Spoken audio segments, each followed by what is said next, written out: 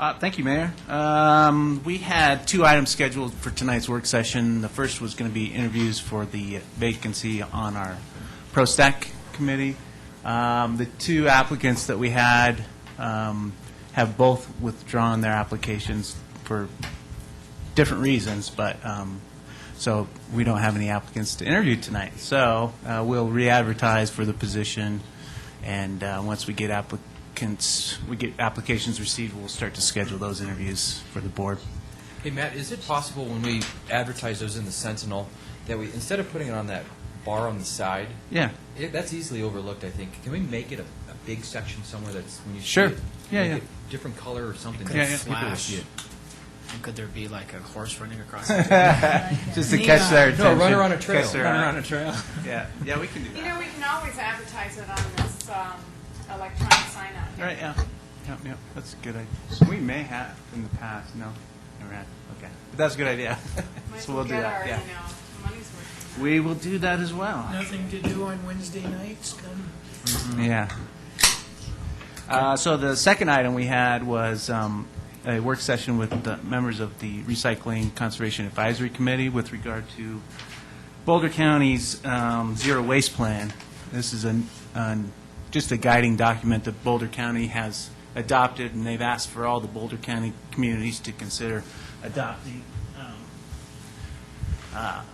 as a way to try and reduce waste throughout the county and in our town. So Lisa Nybarger from the committees here, and she has a presentation for the board.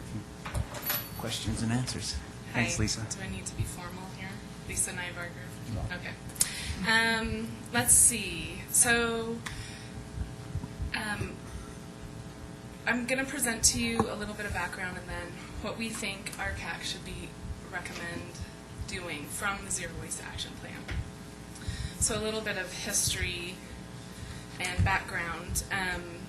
The board, and I don't make me quote the date on when you guys decided or another board decided on the 50% diversion goal, but it was back in early 2000s, 2001, 2002. Our current status is 24% residential waste recycled or diversion from the landfill, and that is from hauler data that we've been collecting through an ordinance for many years. Can I ask a question about that? Yeah. Is that 24% of all waste or 24% of what could be recycled? I believe what all waste.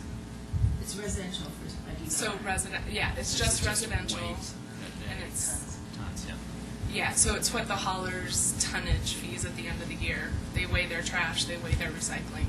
But it's not a saying, we could be doing 75% better. Right. Well, we know we can through our set-out surveys that we do every year. And so we look within bins, or trash bins, and we know that there's recycling in there. Okay. And so one of RCAC's ongoing education pieces is to how do we get the recycling that's in the trash bin into the recycling bin. Okay. The best city in the country is about 75%. So it's not 100%. They must charge a lot for trash. It's city, it's county of San Francisco, they're pretty good. So have we collected the information that Waste Connections has done through the HOA as well? Yes, so that's through This year. Okay. Well, yeah, we won't get 2011 data until February, March, or whatever. Yes, it's done through any hauler. It's an ordinance that was passed by the town board in 2006, maybe, somewhere around there, that all haulers in town have to report their tonnage of recycling and trash to town staff. And I'm curious, do you know what the percentage was of the waste diversion before the recycle bank was put into effect with the recycling for this particular contract? We could probably look, but I don't know, maybe Lisa would know. I don't know. We can look it up. Yeah, I mean, we have data from year to year, so. It wasn't a big change. Yeah, we have data from year to year. We could look at that. We could get that and get it to you guys. Now it could have been. Yeah, you know what? It never really less than hasn't 21. changed too much. I mean, maybe 22 to 26, but I don't think it's been hugely significant since I've been a part of this committee. That can't be right, though. Yeah, this 24%, I was under the impression that this is from 2008 or 2009, that those are old numbers. Well, we could add, I don't know. Isn't it 2010? The 24% number is 2009. 2010 hasn't changed much, but we have not gotten the recycled bin information yet. So 2009, that's for all of 2009. 2009 is when the Recycle Bank program initiated at the end of 2009. So I'd like to see numbers that are current. Yeah, so I got to believe that our number is closer to the town's goal of 50%. It's at most highly 26, doubt it. 27. I don't know, because, yeah, That's not even close. Okay, well, that's not what we're here. We can get you those numbers to see. Significant number. What was that? I don't think it's regardless, because things have changed, so if we have, it's good that was 2009, it's good to know that it was 24%, but I'd like to know what it is at the end of 2010 to get. and especially the very first slide quotes these numbers, so it makes me feel like that's kind of the basis of this presentation. Right. So if the numbers, honestly, I think that's really low. Jay, do you think you could go?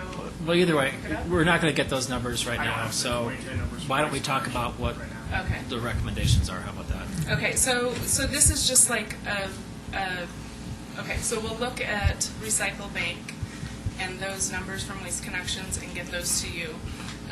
My guess is they haven't changed much, not because I'm a negative, but I just haven't seen huge increase. There hasn't been a huge education outreach, all that kind of stuff I would that agree goes with that, along yeah. with recycling. And then also, I was just going to point out local communities' diversion rates, what they have and what they have currently as far as curbside recycling. Boulder 50%, Louisville 40, Loveland 54. They have recycle and save at the curb as well as yard waste at the curb. And then Longmont, Lafayette, and Fort Collins just has like recycle and save type incentives and no yard waste. And then down below are some of the accomplishments that we have had trying to divert landfill. Hey, Lisa, on those programs, do we measure those, the recycling accomplishments, all those programs? Are we able to measure those? Like the zero waste town events are all measurable. Our food waste, let's see, spring cleanup, we know numbers for. Well, the education programs, we can just kind of see how if the recycling goes up after each program that we have out there. Zero waste town events, we have numbers for. The food disposal pilot is just starting, or has just been this year. Commercial audits, again, they're kind of ongoing, and therefore different. If a town is, or sorry, if a place wants us to go in to do an audit on their trash So it's a business? businesses, Okay. then we can. And we've done Measure those? before and after. A few of them. Okay, It's been a while. okay. Drop-off yard waste site, we know that. Mhm. And all the last two, the e-waste and the recycling containers in the parks, I'm sure the Parks and Rec have numbers at least comparing the two. It would be nice to see numbers and see the trends on those, if our programs are actually working. And then the education program and video that says grant next to it, what is that? The education program, we had a video back in 2003 that we made, Okay, kind of to do increase in educational outreach. It was Okay. like with the guy from like Rocky's Auto. He came and helped us do the video. Oh, boy. It was quite, Rocky? yeah. Yeah, yeah. You guys should see the video. It used to run on Yeah, the cable yeah. show or town thing. Okay, do we have that still? Do we still do that? Yes, we have Education it. program? I mean, it's something that we can look into. Part of not adopting, but investigating these recommendations. We'd like to see, how can that best be used? Yeah. Can we use that in the schools? Can we and to try to kind of re-innovate it, Yeah. to make it more current and make it, I don't know, more accessible to people and see what it does. Yeah. So We're it's doing part of a tour of the town with the second grade of Superior Elementary. And the school, the teachers are really into it. They want to do this. The historical committee is very into this. And we should do something like this with the schools. I think you got something there. Yeah. Yeah, I mean, That grant certain- program did involve a school curriculum. Yeah, we do have, part of our education programs, we pay for EcoCycle to go into the schools to do like litterless lunch and some of the other programs they have. I don't know exactly. When you get Your the- teachers get to decide which they want, the Get town the kids funds. behind those programs. They go home and tell their parents. Right, Yeah, and that's so, the whole key good. to those programs. Important and getting Can I- the kids to change their ways. Can I get in one question here? Yeah. The food disposal pilot, which is, I'm assuming is this Wash It Down program, Mm-hmm. how do you measure that? How do you measure the success of that? Well, I think you just would know what the output is beforehand, and then Of the and sludge, how it is right? afterwards, right? The Yeah. cakes. So Right. what they Yeah, get, right. the cakes, the amount of cakes they get, and we could probably, well, since it's all food waste, it wouldn't be at the curb, so that's the way it would have to be. So did we have it measured before we started the program? Yeah, we made sure that that was taken care of, or that data was collected. Okay, so on to the recommendation, or to, so the zero waste, Boulder County Zero Waste Plan is not mandatory, it's just like a useful list of ideas that RCAB, which I sat on for years, or a few years, and we actually were going through it, looked at, and then the county commissioners adopted, and they want to try to get this out, all of Boulder County involved in it, and all the municipalities to stand behind it. And so what we've done is we've looked at it and gone through the list, I mean, it's huge, and said, this isn't right, this is right. These are ideas we can look at as a committee and as a town board that make sense for our town. So they're not even all the recommendations, it's just some of them. And so here are five of them. I have 7 total. The first one is recommending curbside composting to at least be offered in contracts. So right now, and allow that to be put in contracts, or I don't know if insisted upon is right, but It's an ordinance. like as an ordinance, a town ordinance, it would be, as an option to have. Not mandatory curbside yard waste, but then but residents would have to be able to, would opt into that. And I hate to jump in here, but I think it's really important to clarify, these are not recommendations. Right. These are recommendations for the committee to look at for the next several months. Correct. And bring back to the board after they investigate how they might work, how they might be implemented, what the pros and cons, lessons from other communities in the area, all that sort of stuff. This is not recommending that you pass these tonight or even in the next board meeting. These are recommendations to allow, that these are sort of where the committee thinks there might be potential. Although for this one, town staff, I believe, is probably working on a waste contract, right? For residential? For regional town and, yeah, I mean, that RFP already went out, and bids are due back at the end of Right, so this we- month, so. We would just want to make sure that that's part of that contract. I mean, there's no downside, is there? Right? Not to, Yes, yeah, and obviously we don't, the town doesn't have control's the wrong word, but an option to put this into every contract. So in the short run, that it be offered, a long run idea would, that it would be embedded within the contract so that everybody it would be something they already paid for within it. So, and this is curbside composting, as you saw, if you can go back to your first page, if you look at the differences between the communities' diversion rates, the ones that have the yard waste are significantly higher, or they are higher than the ones that don't have yard waste.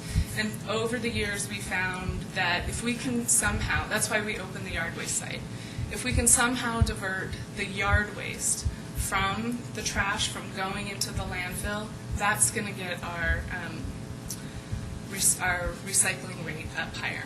Lisa, diverting yard waste, doesn't yard waste contribute to the decomposition of the other things that go into the landfill, or no? Things don't decompose in the landfill. I think that's the misnomer, is that it doesn't get reused. It's just a stagnant place. If we can get, if we can get the yard waste out, then it gets changed into compost. Mm-hmm. And by having compost, and we put it back, it just is taken out of the landfill. Otherwise, if it goes to the landfill, it stays in the landfill. Can I just embellish on that a little bit, if you don't mind? Okay. Go for it. Okay, so if it stays in a landfill, it does anaerobic digestion, it makes bad methane.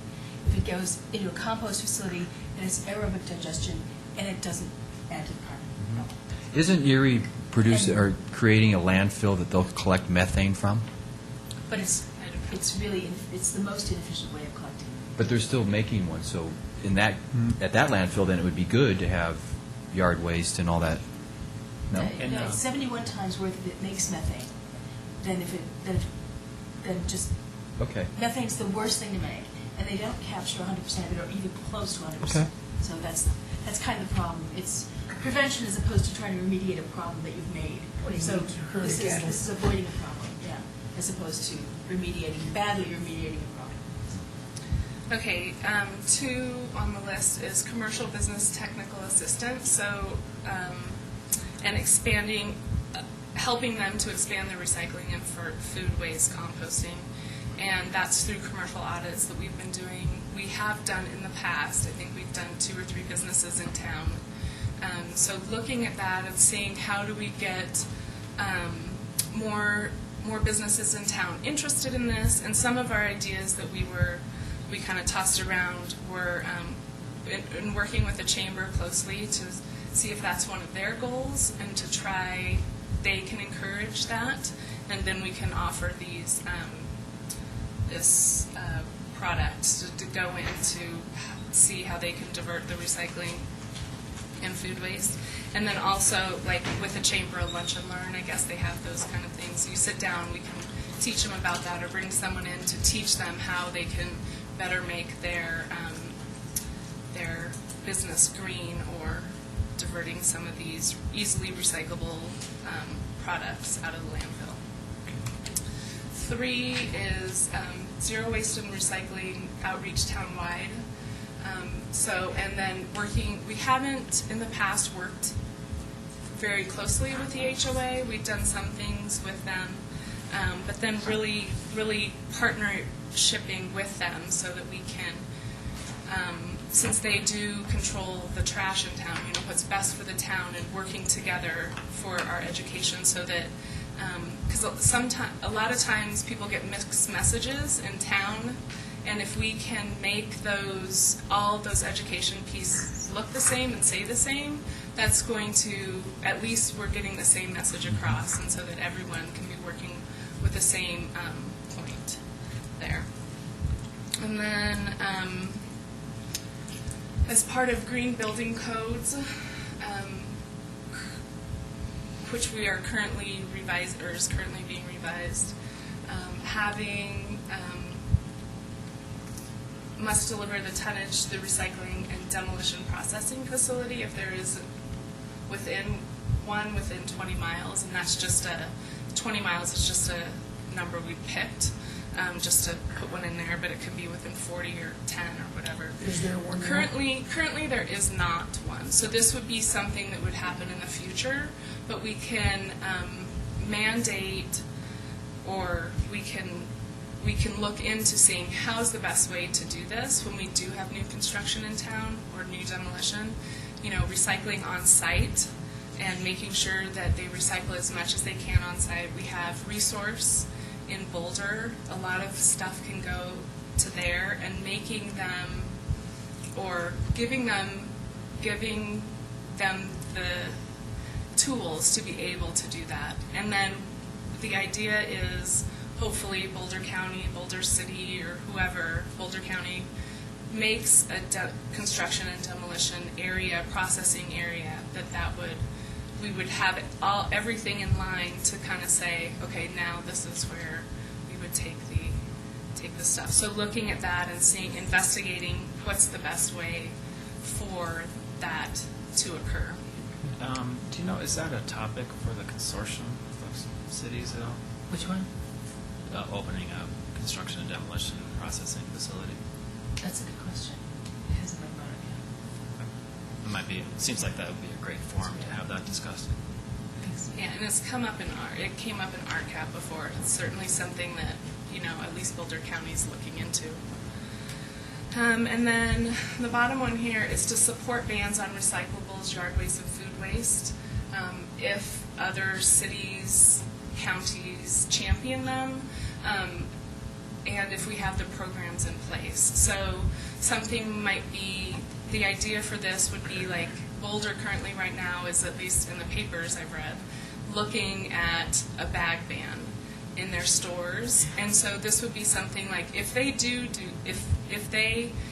if that comes about and they do have a bag ban, see how it goes with them, what their problems are, what their issues are, and then maybe in the future that's something that we can follow.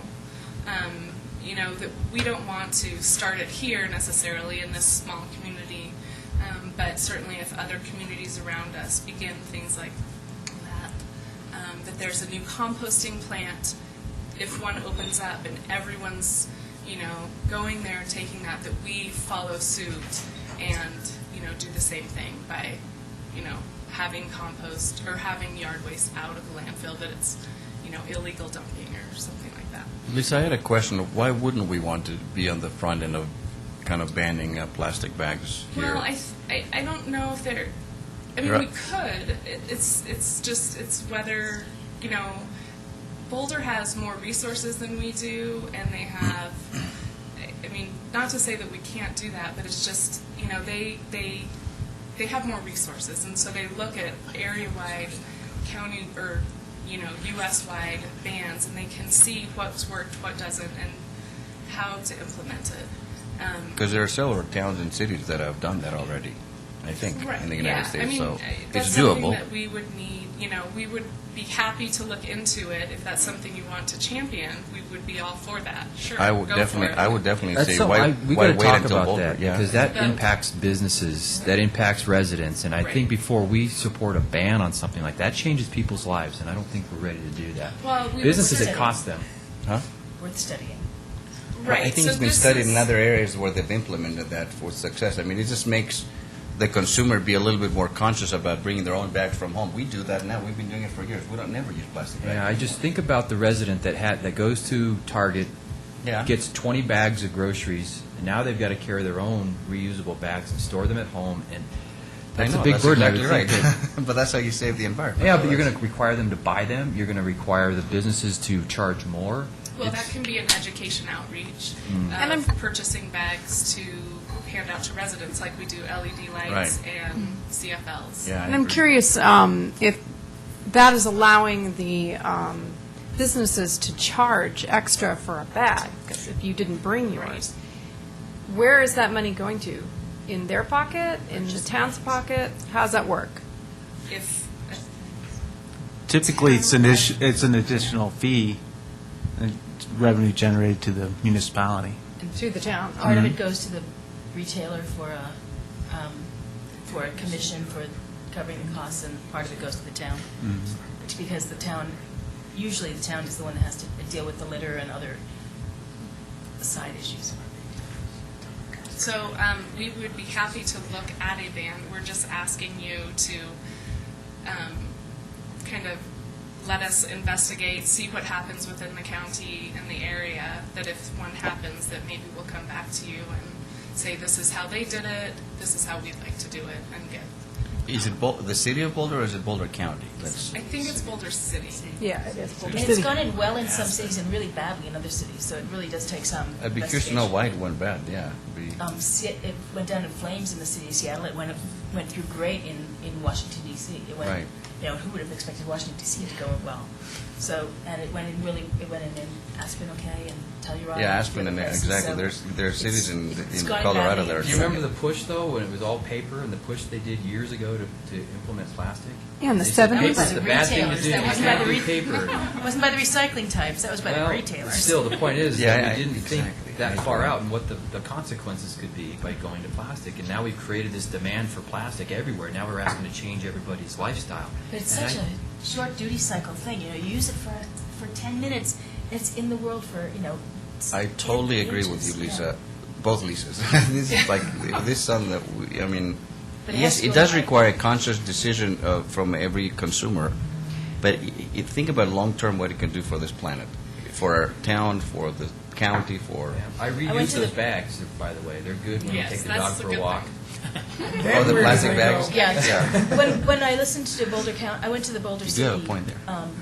Hearing about that, and one of the things, I think it was the mayor said, she kept getting mad at herself because she kept forgetting, and she really believed it despite the ban. She said she just made herself, for 1 month, if she forgot it, she had to walk back out to her car, get them, and then bring it. She said after a month, it was second It's a nature. She habit, totally like didn't anything forget. else. The habits are difficult to change. Something worth looking The into. A-frame out front of Whole Foods really helps me. Doesn't it help you? There you go. That's a solution right So there. let's We go gotta on do it. to the last two. Promote local use of the markets. So this would be the biggest issue right now, or one of the bigger ones here in Boulder County, is compost. A lot of people compost. We have the zero waste. We have the zero waste events everywhere, and we have all this compost being generated, but we need people to use it. So the idea would be that if you require composting, you would also be required to use the compost. So something would be like, we have zero waste events in town that go to compost. We also give out compost. So see how it kind of feeds itself? We create it, but then we also use it too. So You give out compost for created a free? market. Oh, yeah. Yeah. The compost for free? Yeah, Usually- so the town. All you need to do is buy a Jeep. Well, it's not, Right. it's not free. The town pays for it, No, but and we give it to The I mean, town we residents. compost our own stuff and use the compost for next year. I mean, we can recycle within our own household, but I Oh, think that correct. if somebody did compost at home, they can come and get it from. Yeah, it won't have the food compost. Yeah, like in the springtime, we have it The at the yard springtime, waste right. site. We've done that for maybe 2 or 3 years. This compost is yard What? waste. Yeah, it's not food. This is not food, right? This is not Yard, yeah, I understand.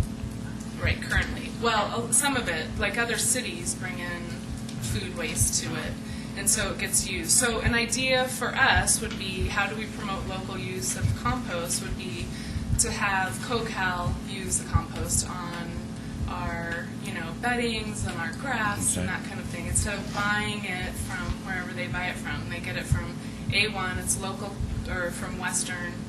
They get it from there. It's great compost, and they use it. So that would be something. We've also talked about. We have the compost. It was just an email sent around today. One of our members thought about at the last meeting to have a compost day where we actually drive, where the Western truck drives around and gives people compost who sign up for it beforehand. But we don't know the cost of that right now. But So you just an wouldn't need idea to promote You would it that- more at residential households, but a big way, commercial users, CoCal, for example, within town would be a great way to use it. And then the last one are incentives, and this is the best way for diverting trash to the landfill. It's like recycle and save. So you encourage people to recycle more. The more they recycle, the less they pay in their trash bill. That's pay to throw. Similar, yes. It's the new New term. and improved term of that. It's the way it's going. And that would involve, obviously, outreach to the HOA. We would have, because of the way our trash situation is done in town, it can be considered through town contracts or just through an ordinance in town, depending, and then, obviously, education and figuring out, is this the best for our town, and how do we navigate this? So would that require smaller bins for the trash part, and obviously we would keep the larger bins for the recycling? I mean, is that how you recycle and save? I mean, I I don't know. Or they weigh it as poundage? I mean, That's one way of doing it. That's one way to do it. Small bin, Right. Teeny little charge bin. more for a bigger bin. Yeah, or charge more. The more trash you have, the more you charge, and that'll hopefully would get. I mean, in order for this to work, you'd have to have curbside yard waste. I mean, you need it to be able to have people be able to get that out of their trash, to be able to save the most, and then obviously it would encourage recycling because people wouldn't want to pay more on their trash bill if this cardboard that they have can be put in their recycling bin, which So- doesn't cost money. all right, let me see if I understand this correctly, and kind of correct me if I'm wrong. If you have a bin and you throw the trash in, you put it outside, they weigh that and determine how much they're going to charge you each time you bring it out. Is that correct I or don't no? know exactly how it works, but this, if you No. encouraged us to investigate this, we could come back with all the Details. all that kind of stuff so that you could see. I mean, certainly this would be a long process. This last recommendation, it's not something that would happen tomorrow. It's not something that maybe would even happen in a year. It would be a lot of talking with the HOA, figuring out what works in Boulder and Louisville, what they're doing, what haulers they have, all that type of things. But we have lots. This is a perfect example of, when someone else champions it. We have all the municipalities around us doing this and heading that direction. So we have all this wonderful data to look at, and we could have the best one in the county because we're, kind of following along. But we're also a small town. We don't expect to be the very first. So certainly that's a way that RCAC would love to do it and go, but we just would like to look at it some more and investigate it more and see if it's reasonable. All these recommendations that you've listed here, are you, or did you already put them on the work plan that you have for the next year? I don't Zero think waste Zero waste? I think, Zero waste through plan the is on, zero so waste yes. plan, as a general, but As a, not. oh, okay, Yeah, but not a because- specific. Right. As to where we would like to go. If you, 4, 5, and 7, or, whatever.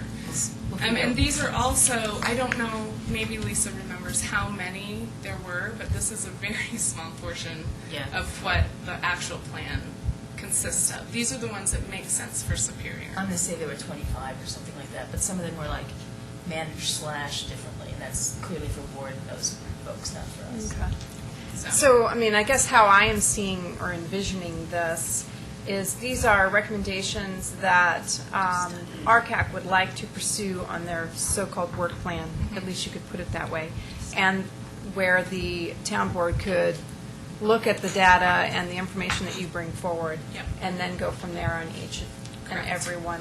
Okay. Yeah. When I first saw this, I thought we were just approving every single one of the recommendations without knowing what everything was. research So and impact right. we had to So do. certainly a lot of research needs to still go into this. We would just Correct. is this something the town board wants to do, or are they saying no to this? Or, and the Boulder County Zero Waste Plan itself is, they would like all the municipalities to kind of stand behind it. So we are saying that these are the 7 we can stand behind. Does the town board want to stand behind that? And So- investigate have us to, move forward. And I think these are all great ideas. It just kind of threw me for a loop when it wasn't presented as a work plan, and it seemed like it was being presented as something that we needed to pass. And I apologize for No, that. it's I had okay. strep throat that night, and so Jay had to step in at the very last minute. We probably should have tried to cancel it, but. You did a good job, Jay. Yes. Okay, and so then the bottom recommendations have no costs at all, and no new impacts. There's things that we're currently doing, like the town, in most areas of town, I think they can, people can already subscribe to yard waste, at least in Rock Creek they can. The outreach costs will just be giving them a different message as far as the education goes. We already have education within our budget, would just maybe look differently. We put it towards some of these other our recommendations. And then the building codes we're looking at, they're currently being revised right now. So that's where that is. Any questions? Yes. Okay. This might be more for Matt. But going back to what Boulder County has asked for, if we say, this is great to be in your work plan, look into these, that isn't necessarily supporting the Boulder County Zero Waste Plan. Were they asking for a statement from the municipalities around here that they support the Boulder County Zero Waste Plan? Or are we just going to postpone that for a while? Or how are we addressing that? That got confused. Yeah, it was. In the last meeting, and that's where I'm still. That's what I They thought were was. looking for acceptance, but not Yeah. not adoption. Boulder County was just looking for each of the communities to support their zero waste plan that they've adopted, with the understanding it's just it's a guiding document. There's no mandatory How so? How were they asking us to support it? by resolution. That was my understanding. But What if- were they expecting the resolution to say? And just, I support just it? the town Superior supports zero waste programs and reduction of waste and We support Had a bunch of 7/25 of their. right. Didn't they have a whole Yeah. bunch of whereas? Yeah, there's a bunch of whereas. And we're yeah. committing Yes, to, yes, and all that Yeah, real. jazz. I mean, our firstborn, no. yeah, they're not I thought asking there for was a that. sample. They provided a sample resolution. They I did. thought. Yeah, so yeah. Is that not in here I today? don't have it. No, it's Sorry. not in there. Oh. We're focused on your recommendations, not theirs. Yeah. Yes. We did. Okay, so I guess if we could, all I'm asking for is to request town board acceptance for our CAC's recommendations to investigate these into the future, into, see where we are in the 2011 work plan and see how that goes. And I guess if we want something, we come up, well, I don't know how the next step would be. Town staff would have to. So, We have to come back to the board to get you to implement Yeah, something I think that new. after you've done the analysis, Yeah. that would be presented again with formal Okay. recommendations. and is any funds going to be used in the research and gathering of information? I think most of this isn't. It doesn't have too much money. It's mainly. Oh, we can talk about Associated staff with- time. Yeah, it's That mainly was staff time. Yeah. I think it would be a lot of compiling of data and looking at different municipalities, which is easy to get. And I think it was all pretty, I don't see anything, things that are already, like the commercial business technical assistance, it would just be like education outreach to the chamber maybe, and going to a few meetings and getting that, and then if a PACE audit was offered, which is in our budget already, it would just be, so like for that one in particular, we would just be honing in on that and saying, this is something important, how do we get this? How do we create a new program, essentially, or revise, I forget the word, anyway. Okay, and then the last few things. Couple questions real okay. quick. Matt, do we have a master environmental plan or a master green plan or something that this fits into that ties to maybe the energy usage that we have and our future plans for additional solar power? And So we have the energy neutral plan that was presented a couple years back to the board. We don't have an official sustainability plan, though, that the board has seen. because it seems like this would be. Stable energy plan that involves some trash stuff. Right, yeah. This seems like it would be all part of that. And I think the start that we really have to understand is this diversion rate. Because I think so much of this plan, what you're talking about here, depends on that. And once we find out what the actual diversion rate is, then I think a lot of other things will spill out. Because what if we find that our diversion rate right now is actually 45%? Well, Maybe but- not, but what if it is? Does that change what you guys are going to focus on? No, it doesn't, because these are recommendations. I mean, some of them are rejuvenating things that currently exist, but a lot of them are just new ideas that, Boulder County has come up with for us to do, that are simple and easy for us to implement in town. Yeah, I think that it actually would change what you guys would focus on, because if we do find that we're currently at 40% diversion rate, it seems like all we'd want to do is increase the amount of education and communication to our residents to increase it more. And then that puts us close to our 50% goal. But if we change things and implement a pay-as-you-throw or some of these other programs, we're going to raise the cost to our residents. And right now, I think our community is the envy of the county in what we pay for trash hauling and recycling. Correct me if I'm wrong, but I think that we pay less than anybody else. That is correct. Study. What? That's correct. Well, I don't, I So, mean, I would how about this just- as a recommendation? If we're, you know, more than 30%, we'll hear about this again, but I'd be Yes. flabbergasted I if will that's give- the number. Yeah. Is And that I- fair? Yeah, that's fair. I just hate to see you guys go down a different path, and all of a sudden, we're actually much better off than we thought, and maybe Okay, it's just so a matter of education. We'll look at that number and get it back Yeah. to you ASAP. But what I would like to say is, 50% diversion, maybe we want 70. I mean, I don't know. We're a small Zero town. waste. We could control lots of stuff. No problem. We're So- always going to want to be better. We're always going to want more. And why? Right? Why? I mean, that's a good reason to be. Yeah. And, so maybe if we are at 40, then I challenge the board to say maybe we want to do a higher goal than that. Right. But it's taken us so long to get to that 50.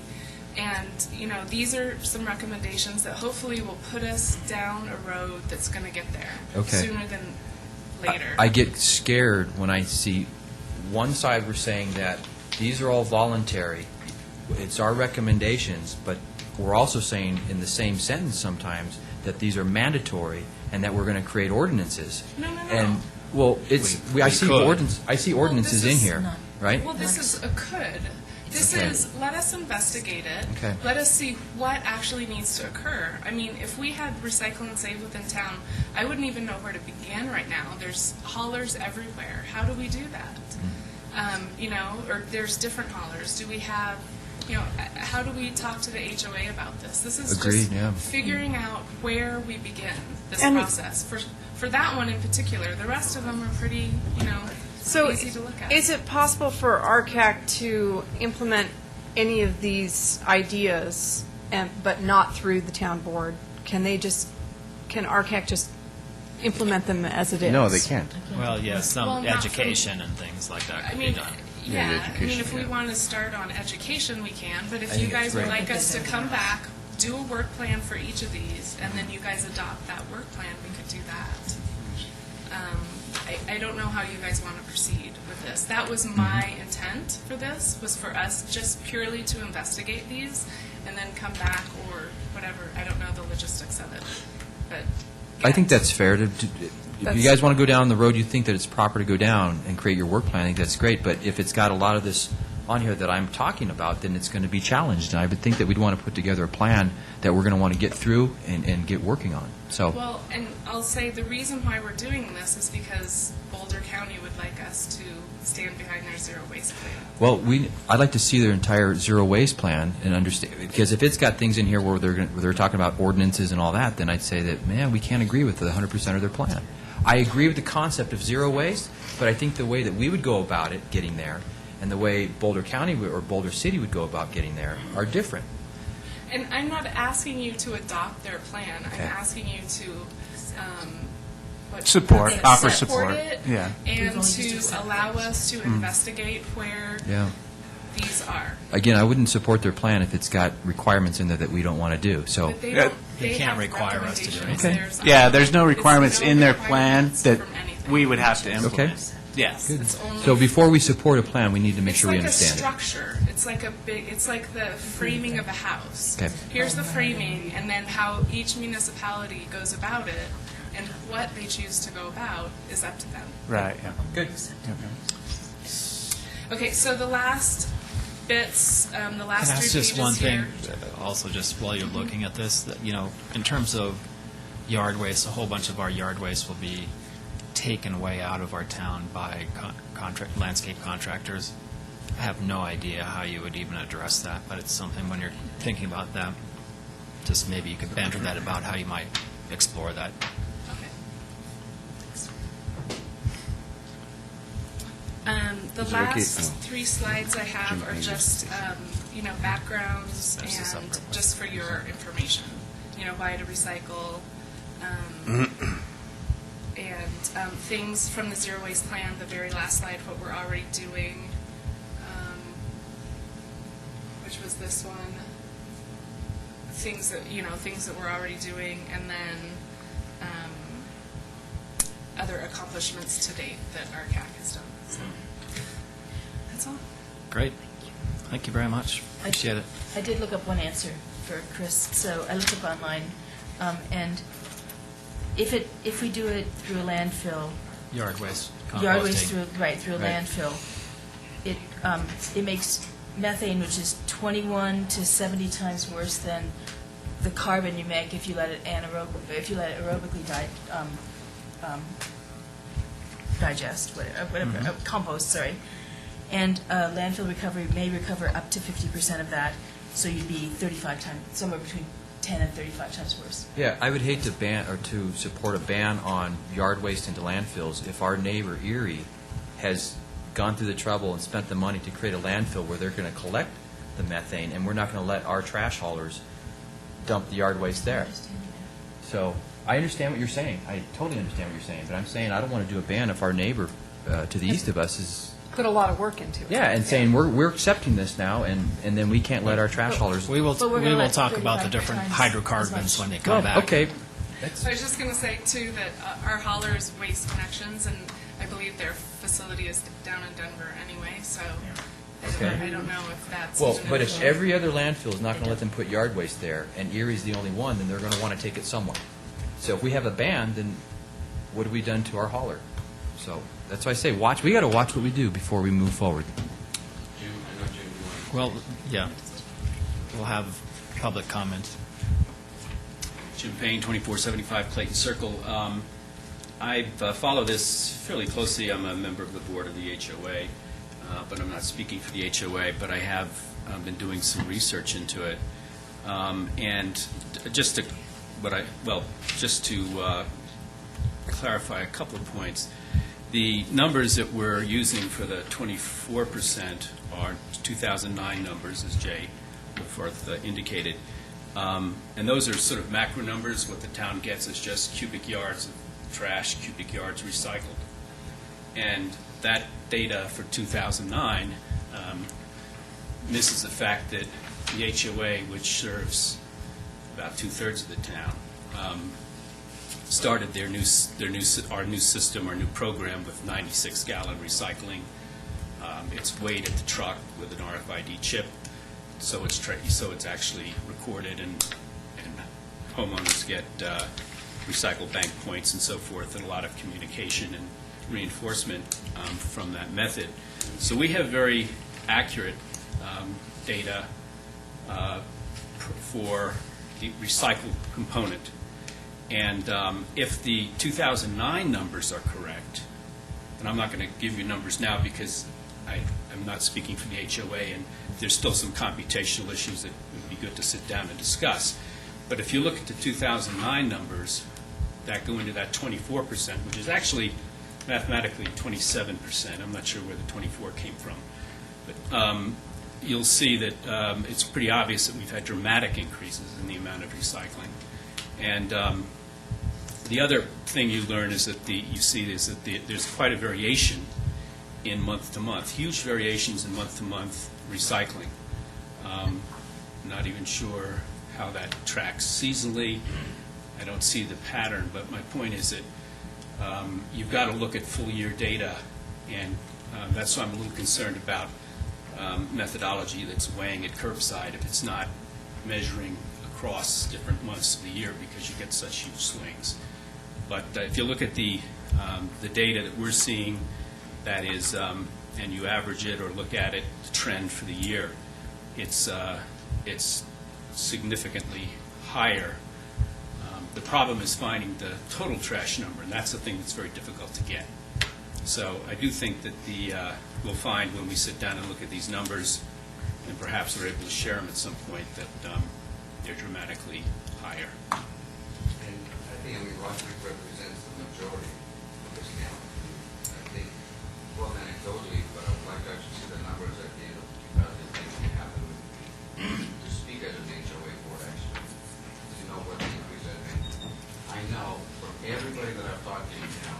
that they recycle so much more than they used to, so I think that 27% is going to be significantly higher. Not 2 or 3, not 30%, but significantly higher. It'd be great to actually get those numbers and to see what they are. Because after all, we Having went, said that, like Lisa said, let's say we are at the 40% mark right now. We can increase it and go to 60 or 65 or 75. There's no reason why we can't continue to promote the ideas that you brought up, just because we're close to that 50% mark. But I don't think even 27 is not even close to what 2010 was. and I think that the joint promotion between the town and the HOA would be a Yeah. hugely beneficial. Absolutely Yes. necessary. Agreed. And the first thing I would Absolutely like to see the board look at is doing that, because that's all purely voluntary. Yep. We've got the capacity there, just to encourage it would be great. I agree. Thank you, Jim. Okay. Did you Just have anything else? just clarification from the board. So the RCAC to include in their 2012 work plan, their recommendations, that's clear. Hey, George.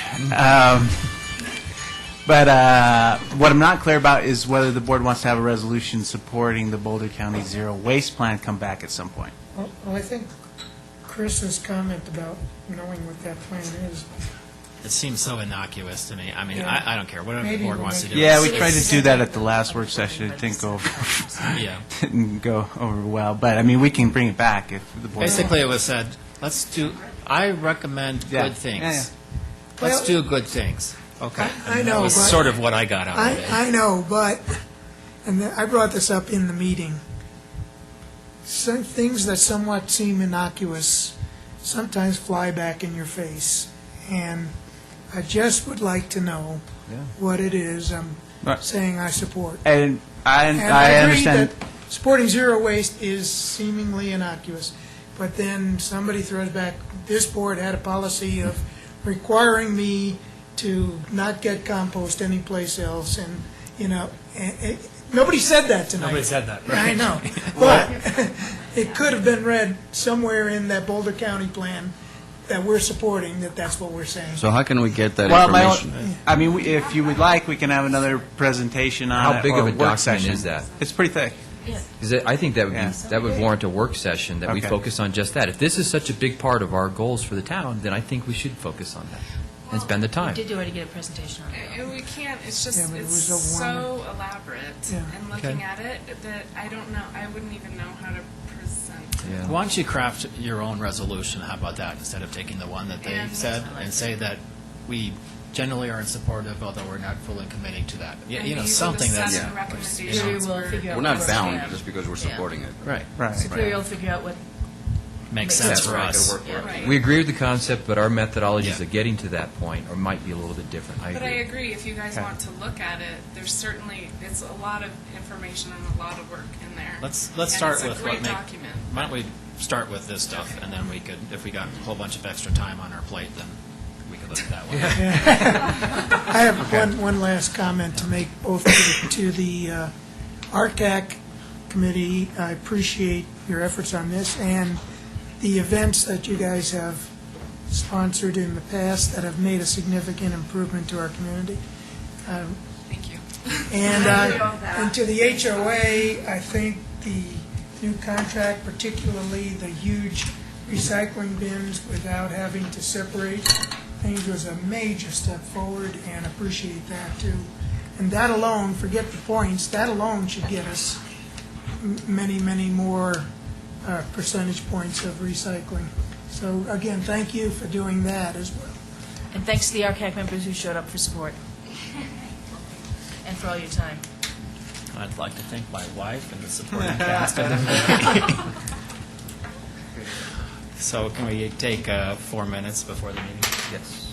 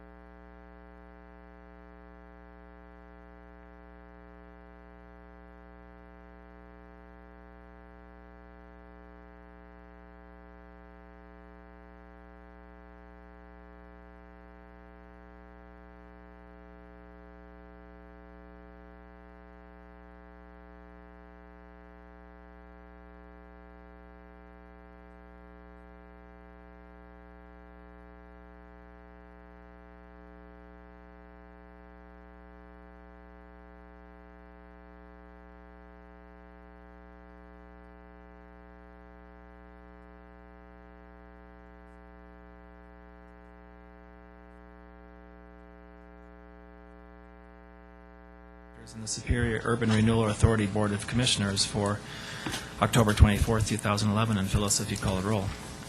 Mayor Andrew Muckle, Here. Mayor Pro Tem Elia Gregores, Here? Trustees Joe Sorelli, Here, Chris Hansen, Here. Sandy Pennington, Lisa Schumann, Here. Deborah Williams, Here. Town Manager Matt Magley, Here. Town Attorney Kendra Carberry, Here. Town Clerk Phyllis Harden. Thanks. That brings us to item number 3, approval of the agenda. Are there any changes to tonight's agenda? Trustee Hanson, Trustee Cirillo? I believe you said you're going to pull D, so I'm going to pull E as well. E? E and D, I guess. Okay, well, so D and E to follow the consent agenda. Any other changes? I have nothing new then. Motion to approve the agenda by Trustee Gurris, second by Trustee Skumatz. All in favor? Unanimous. Thank you very much. Bring us to item number 4, reports, questions, and issues. Anybody want to start? Trustee Gurris?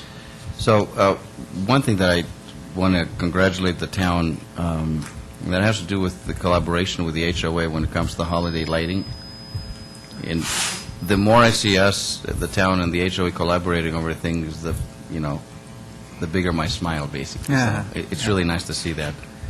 I also read this wonderful article about our new fire station, or the renovated fire station. So they're getting pretty close to being done. There They are are, very yeah. few things left, right? Mm-hmm. And I understand there's a lot of demand from a lot of different groups and organizations to utilize some of that space. Yeah. So in terms of doing kind of an open house that I've talked about before, the article said that maybe in the fall, or maybe we'll just do it in the spring. But it'd be great if we can get it done maybe before Thanksgiving. I know that's coming up if it's possible. Before it gets freezing cold. I know Right, snow's yeah. coming on Wednesday, but And It's I done. think they would like to have it sooner rather than later. Right. It's just whether they can make it happen. So they still don't know. I mean, there are very few But- things left. They're mostly cosmetic stuff. Right, yeah. Right. I understand. But they want to make sure all the contractors are out of there before they start, before they have an open Okay. house, so. And then we'll have to advertise, so, I mean, I know we're getting close to the holidays, Yeah. but if we can get it done before the end of the year, that'd be great. Yep. Okay. If we can make it happen, we will. Trustee Williams? So I have quite a bit. So I'll try to be quick. First of all, I'm kind of wondering about the RTD services that we just got information that the 228 would be continued just as it is, but the Superior Call and Ride is going to be cut, or it's being recommended to be cut to the RTD board. That's correct. So, I don't know what else we can do. I mean, obviously, there's a meeting that is going to be a hearing Right. before RTD, and I'm wondering if it would help having any kind of residents, trustees. I know we have staff coming. Yep. Staff will be there, make a statement on behalf of the town. Trustees can make it, that'd be great. Residents as well. Trustee Pennington, I know, sent a letter to our representatives on the board. That helps. So, and then the county was was going to be there as well, mainly for the services for the county, but I don't know for certain if they're going to talk about our call and ride as well. So, is this tomorrow? It is. Okay. Do you know what time that is and where? It's, I don't have the address for the RTD office, but it's at 5:30 at their downtown office. It's in Denver. Yeah. Okay. Office. All right. I think I'm free, so if anyone wants a ride, please come with me. Also, with this, with the RTD, I'm wondering if we could just do a study. Not that we would actually completely entertain it. I just want to study in figuring out opting out of RTD services and what that would do to our town and how that would impact us. I mean, I realize we would not be paying the $1.9 million anymore, we would be obviously supplying the service to our town, whatever that would be. Are you sure we wouldn't be paying? Because I thought the It's a 1.9 sales million tax. was part of a bigger. Well, regional that's picture. why Yeah. I want to look at that study. What does that look like? And how does it benefit the town? What does it not do for the town? Are we able to provide these services at a lower cost and better? Will it still allow us to use the RTD system in the 36 corridor? What consequences would there be because of that? Would we not be able to purchase passes at the rate that we are allowed to purchase as it is? Would it cost more? I mean, there's all kinds of questions. So it would be great if we could have some kind of study on that, just to know. Before we do Obviously, other towns are looking at this. I thought the city of Lone Tree was looking at this, or they talked about. I mean, it involves getting out of the RTD district. Right. So, And is that a legal process? yes. Is that even possible? Is it certainly feasible? a possibility, yes, definitely. And we can look into it. I guess I want to make sure that everybody's on board. It's going to be kind of complicated.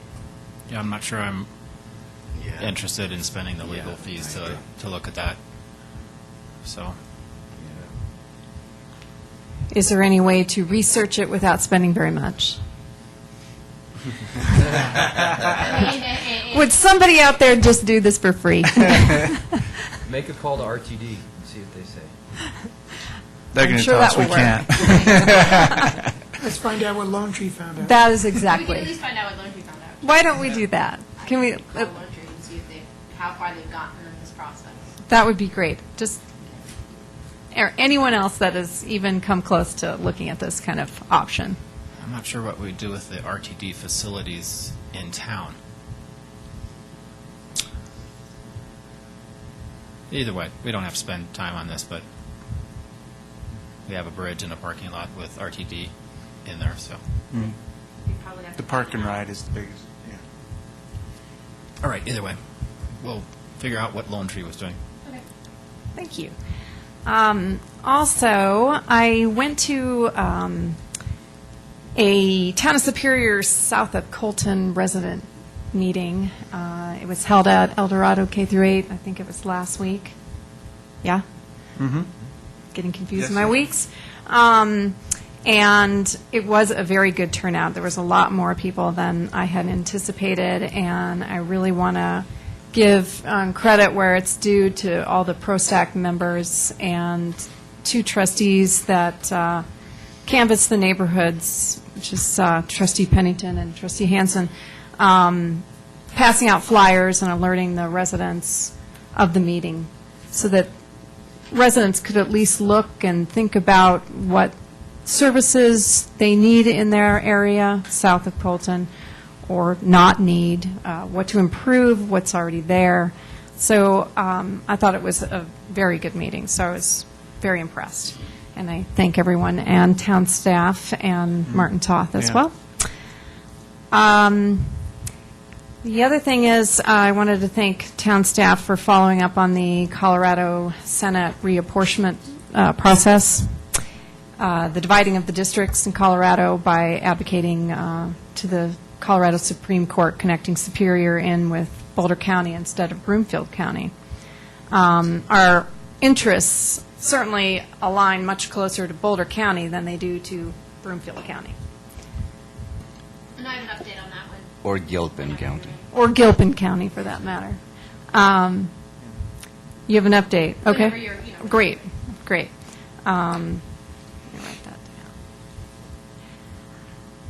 Also, I wanted to find out what progress that we have made with the 4 issues that we brought up, that was brought to our Transportation and Safety Committee meeting 2 weeks ago. There's 4 issues: the Ridge, 88th Street, Sagamore subdivision, and El Dorado K through 8 school in the back. I won't get into the details because I'm sure you have more information. So the no parking signs have been installed per the model traffic code at the intersection West Torrey's Peak and the west entrance into El Dorado K8. Sagamore. Can you, wait, I'm sorry, there are no parking signs? Right. So they're on poles? Right. Okay. Yep. And then Sagamore, our Public Works Director, just has to set up a meeting with the one resident who came down about that issue, and I think members of the Safety Committee were going to go along with that, just to look at areas within that neighborhood. Yes. And then we've started collecting data and getting quotes on the options for the ridge and the crossing at 88th, and putting those together. So that's kind of where we're at. Okay. All right. Along those lines, there was some note from a resident about long-term of building an underpass. That was discussed at the Transportation Safety Committee meeting for the Ridge residents crossing of McCaslin. So how much time is going to be spent on analyzing that? That's not really being analyzed. Okay. That's more of the temporary, what's being analyzed is the temporary shoulder and maybe guardrail that we would put in. Okay. And then sidewalks. All right, Yeah, in thanks. fact, That one's more long-term. most Yeah. of these 4 issues, we're looking at the short term and then researching the long term, just to help mitigate some of these issues that are, kind of exploding. Let's see here. I also went to a Rocky Flats public hearing on the draft environmental assessment, and it was more of the same, and the usual players were all there. Most elected officials and I would say some residents and a lot of activists were there as well. So not feeling too good about it as far as, what is going to transpire. I mean, it's clear that it's going to go towards looking at an EIS through many different organizations and municipalities that are going to force U.S. Fish and Wildlife to do an EIS, which is a more in-depth analysis of how it impacts the refuge and the area around it. Let's see here. I'm also wondering about the Billy Downs tennis contract, and I was wondering if when we knew any information on the investigation that he had on the USTA and the CARA, all these organizations with Is that something tennis. you can talk about, or no? I was going to ask you too, but then I wasn't sure if we can talk about that. I think it's We received a letter from the USTA in mid-October, I think it was. And Martin informed us of that at that Mm-hmm. time. So The other organization sent the letter in September, and then September. the USTA was October. And so have we known for a while, or is this just No, new? no, mid-October is like this. yeah, I mean, there have been from my understanding, there's been things between the USTA and the local Colorado and Billy Downs for, well, they sent their letter 5 years, but, I mean, we focused on just our services to our residents. Those are larger issues within the tennis community, so. Can I add to that? I'm sorry, Go Deborah, ahead. because I had that as a comment on mine too. And from the letter, it appeared that USTA had issues dating back several years, 2 or 3 years perhaps. And last year, when we went through this whole process, we were somewhat under the impression that there was some complaints, but not any more than any of the other organizations in town. Nothing to worry about, so we awarded the contract back. And I'm wondering, moving forward, is it possible that any of the governing bodies that oversee some of the pros or whatever that teach in our town, can we work with them to do our due diligence a little bit more, or do we do that already? So Martin has instituted additional controls and review measures Yeah. with all of our programs. So we've already started doing that. Good. Yeah. Okay, great. I I think was it's- going to ask that same question. I think it's fair to say, Chris, that last year when we were contemplating bringing him back, had we known that he's under investigation, and has been for 4 or 5 years by the USDA, we probably would have made a different choice. So, and it's very unfortunate because there's a lot of members on this board that went to bat for him, myself included, and it's very disappointing, but I understand you have to do what you have to do. Yeah, the bigger issue is the participants in the program. Right, And yeah. if they're affected by that, and it sheds a negative light on the town of Superior, then, yeah, that's terrible. And what will be happening to those folks that are already in the program right now? So we have 8 that were in the program. I think Martin's told me 8 for November and December, and we would refund them their fees that they pay to the town, and then implement A new program starting in January. Yeah. With, is it YMCA or is it? That was our recommendation. That was the staff's recommendation. Yep. So are we going to get any kind of information out to our residents as Yes. far as this Yes. tennis contract? And Yeah, we'll get the When word they out can- once the proper notifications have been made. okay, all right. Also, oh boy, let's see here. I'm trying to make sure I don't miss anything. Could we also get an update on the progress for the issue of the Secretary of State wanting to send ballots to only active voters? What was the final outcome on that? Yeah, Phyllis was able to verify through the Boulder County Clerk's Office that they sent ballots out to all registered voters, whether they're active or inactive. Okay, good. So all of Superior will be getting a mail-in ballot. Registered voters. Registered is what Right. I meant. I'm Yep. sorry. Did they have to be registered as a mail-in voter or anybody? No, I mean, it's a mail election, so It's a mail-in ballot election. if you're registered, you'll get a ballot, as long as, Whether you're, as long as the So if you're- address is still valid. if you're inactive, you're still going to get That's a correct. ballot. Okay, If that's you what I haven't wanted to gotten one already, you should be asking. Yeah, if you haven't received one, you should probably contact the Boulder County Clerk's Office. That's true. That's a good statement.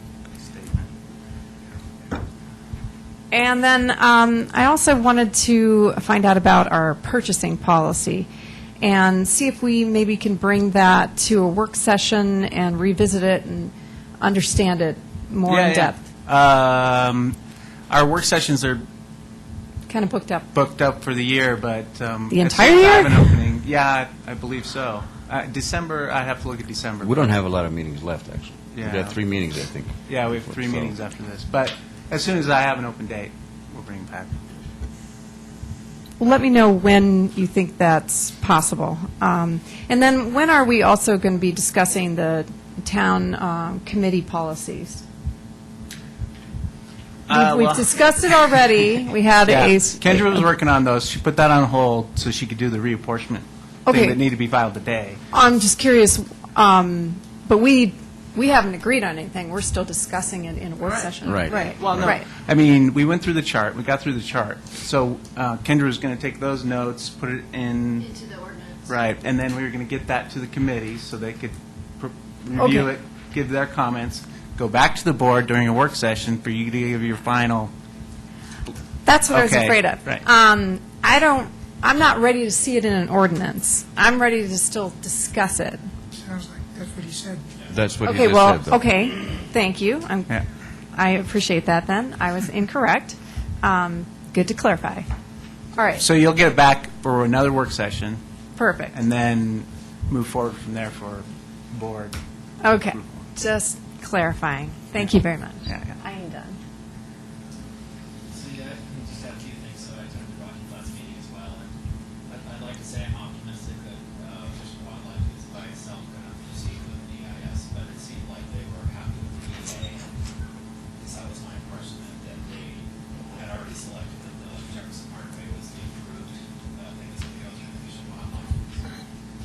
I'm sorry, that's probably better, yeah, sorry. Getting back to that, so attending that Rocky Flats meeting, it seemed like the Fish and Wildlife had already decided that the Jefferson Parkway was the preferred transportation corridor that would be selected, and that they didn't seem like they were going to proceed with an EIS, but I guess we'll see what happens.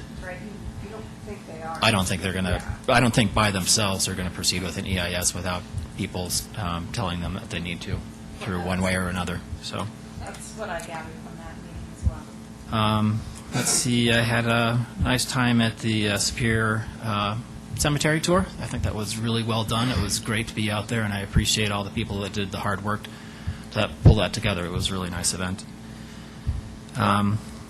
There was a telephone call with Metro mayors, and really that boiled around issues regarding Burlington Northern, which for the commuter rail doesn't really apply to us since we don't have commuter rail in Superior. There is a discussion, though, whether or not cities and towns want to support a tax increase and whether or not we would support a resolution. I'm completely ambivalent about that. I don't think that it's, I think citizens can decide for themselves whether or not they want a tax increase to accelerate their fast tracks program. It doesn't, I think that we supported things in the past that directly affect town government. I'm not sure that this is necessarily one of them, but if people feel otherwise, let me know. But then I had a really nice dinner with the mayor here at Town Hall last week. The mayor here? Yeah. That would be you. Oh, through Superior. No, with there were like 24 kids that came down and we had dinner. It was really dinner with the mayor. A really great event. Okay, so. dinner with the mayor. I thought you were having dinner with yourself. Okay. Yes. Well, I have dinner with the mayor frequently. But with the it was the kids at Superior Elementary, and it was a really nice event. So it was really don't fun. sell yourself short. He was a star. That's a fundraiser for the school, and the parents pay a certain amount of money to have dinner with the mayor. So he was that bidding sheet was the fullest one of the night. So nice job. Thank you. Nice. Yeah, it was, but the kids were great. So, and thanks for town staff to help me pull that together a little bit. So, thank you. That's all I had. Trustee Skumats. Keeping it short, I've got, the board had a work session about the recommendations for the work plan for the Recycling Conservation Advisory Committee for the next year. I'm having a coffee buzz this coming Saturday, and it'll be simultaneously electronic and in person. It'll be at Panera between 7:30 and 9:15. I went to the Boulder County Resource Conservation Advisory Board meeting, and a couple of things that have been coming up lately have been updates on where communities are in looking at the zero waste plan, which is one of the things we had talked about in our work session. Looking at, they just released a call for grants, but since Superior won one last year, I think we're unlikely to win one again this year. It sort of cycles through the communities. So probably not something we're going to go after. It's a pretty small grant program to begin with. We had a presentation on the schools programs that EcoCycle offers or delivers, and also a little bit of an update on the hazardous waste facility. The last thing I wanted to raise, and I hope the mayor won't mind if I raise this, but from a civic point of view, one of the things, we're having a little bit of trouble staffing crossing guards. Is it okay if I mention this? Mm-hmm. Yep. And have pulled back coverage from one street or another, and because there's not enough parents willing to volunteer, or I'm not even a parent, so adults volunteering. The one thing that to keep in mind is that under new regs, you have to pass a screener, some kind of security check. So somebody who's got a dicey background might not want to apply. And you have to pay for your own security. $20 or something. So anyway, but it would be great if you would contact either the mayor or me or somebody if you're willing to volunteer for half an hour in the morning or half an hour in the afternoon. It's not a very big commitment of time, and you don't have to do every day, just a few days. Which school are you talking about? There's space multiple places, so just I think contact and the biggest Either one where we school, have. honestly. Okay. So Getting- thank you. Having the opportunity to do crossing guard at both schools, I know that they both would appreciate any additional volunteers. So, yeah. And I can endorse that as well. I did that for about 5 years at Superior Elementary, and those are the best 15 or 20 minutes of the day. You get more thank yous than you do anywhere else. So Yep. the kids are delightful, and you're doing a service to the community. It's And pretty easy to do, even if you just do it once or twice a week. You know, it's And it's I a want great to ditto that on the Hug and Go program that's happening at El Dorado. We need volunteers desperately on that. It's thing. it's actually a very rewarding job. It's It very- sounds thankless, but most people wave, they smile in their car, and they're happy that you open the doors for the kids and let them out and make it safe for them. So it is a very good program. So if you're interested, contact either the mayor or me, I guess. Thanks. Trustee Surley? I was away and sorry to have missed the last meeting, but not sorry to have been away. It was a great trip. So I don't really have anything to report, but going on to the issue about the purchasing policy work session, and what I was thinking might be something to think about is a little broader than that and maybe beyond one work session, and that's trying to get an understanding of roles and responsibilities and who's got authority to do what and what our proper role is in HR matters, what's our proper role regarding litigation matters, and just something I've been thinking about so that we can all be reading off the same sheet of music as issues come up. Seems like it's risen to a point of being something worthwhile doing. Agreed.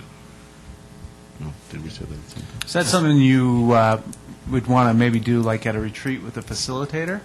I don't know if we need a facilitator, but a retreat wouldn't be bad. I think a retreat would be great. I don't think we need a facilitator. Okay. We can The do it. second meeting might need a facilitator. Oh, Matt, by the way, you just have a little bug that's crawling up your shirt. There you go. But a retreat would be a good idea, Matt. Yeah. But as a That's an little excellent idea. tied in with that is, and this, I know our attorney has a ton of stuff on her plate, so I know this moves it down the path of when it might get done, but just wondering what authorities are spelled out already in code or statute that we're dealing with, and then the rest becomes policy.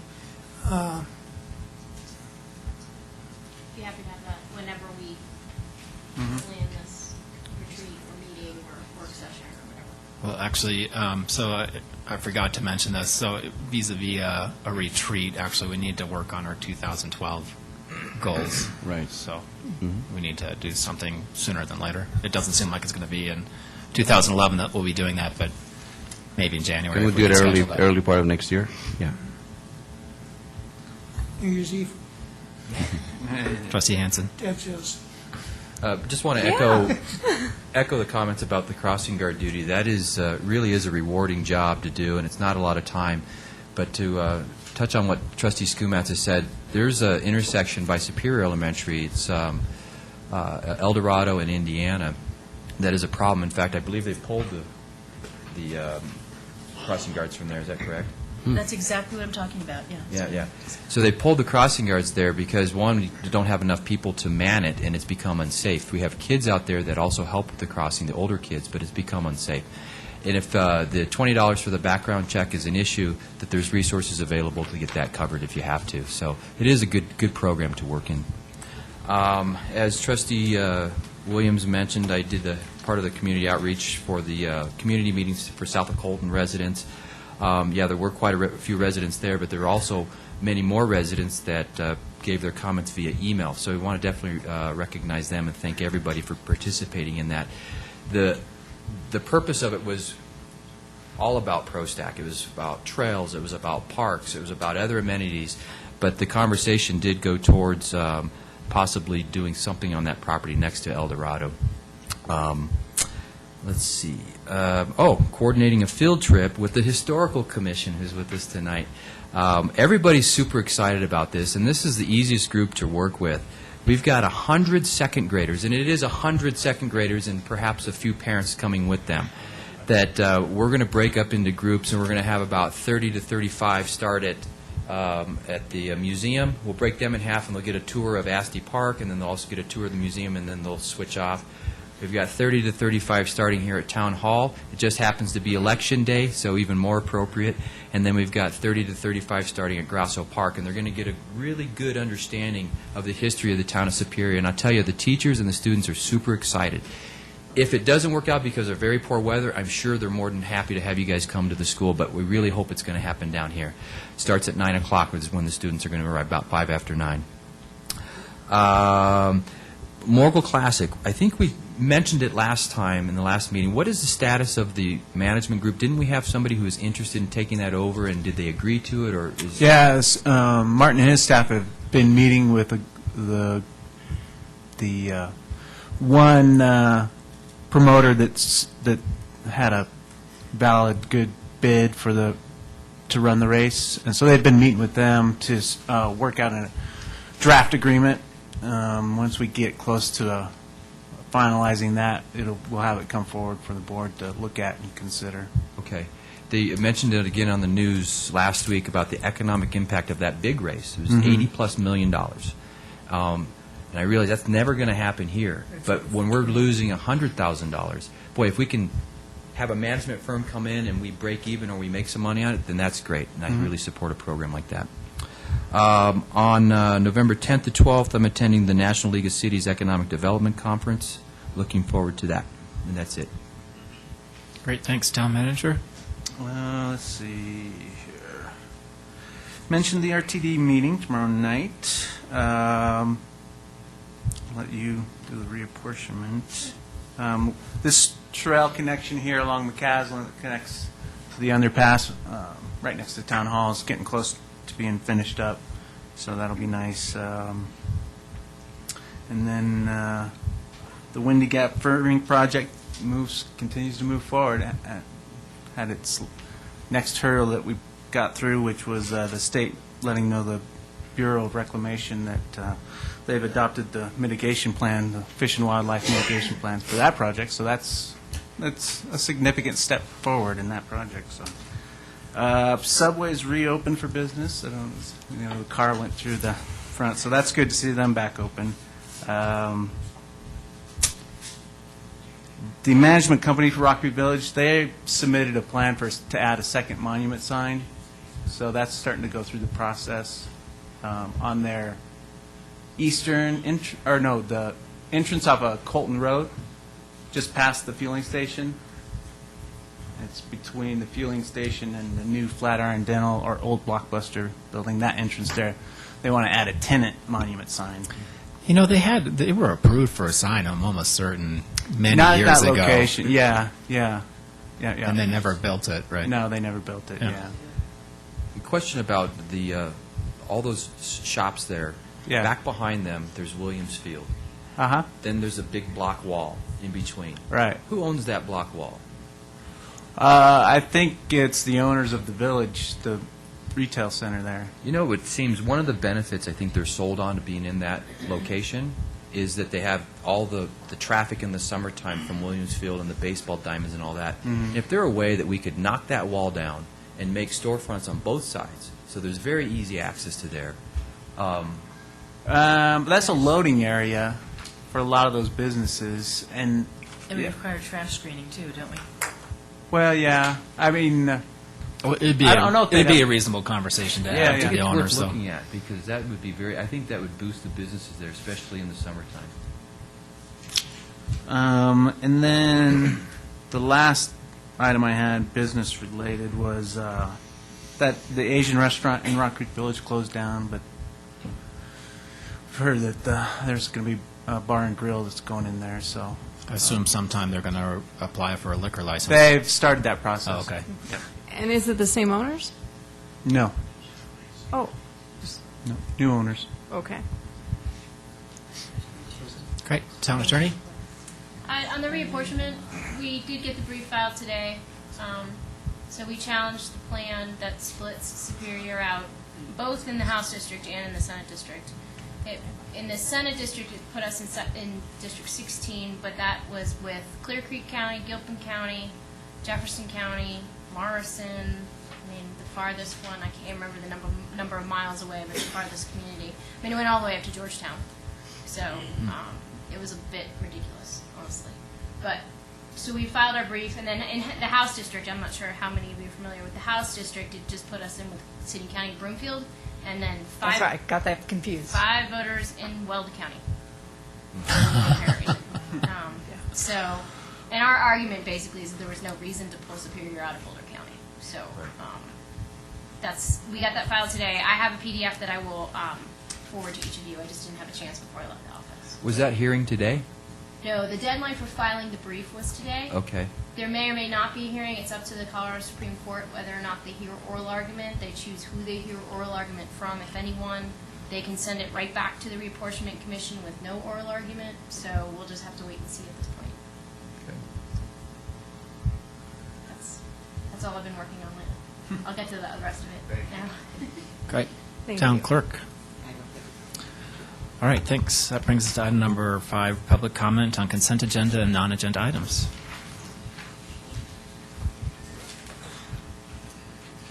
I just want to talk about some items as they come up, just making sure you know what I want to talk. Oh, okay.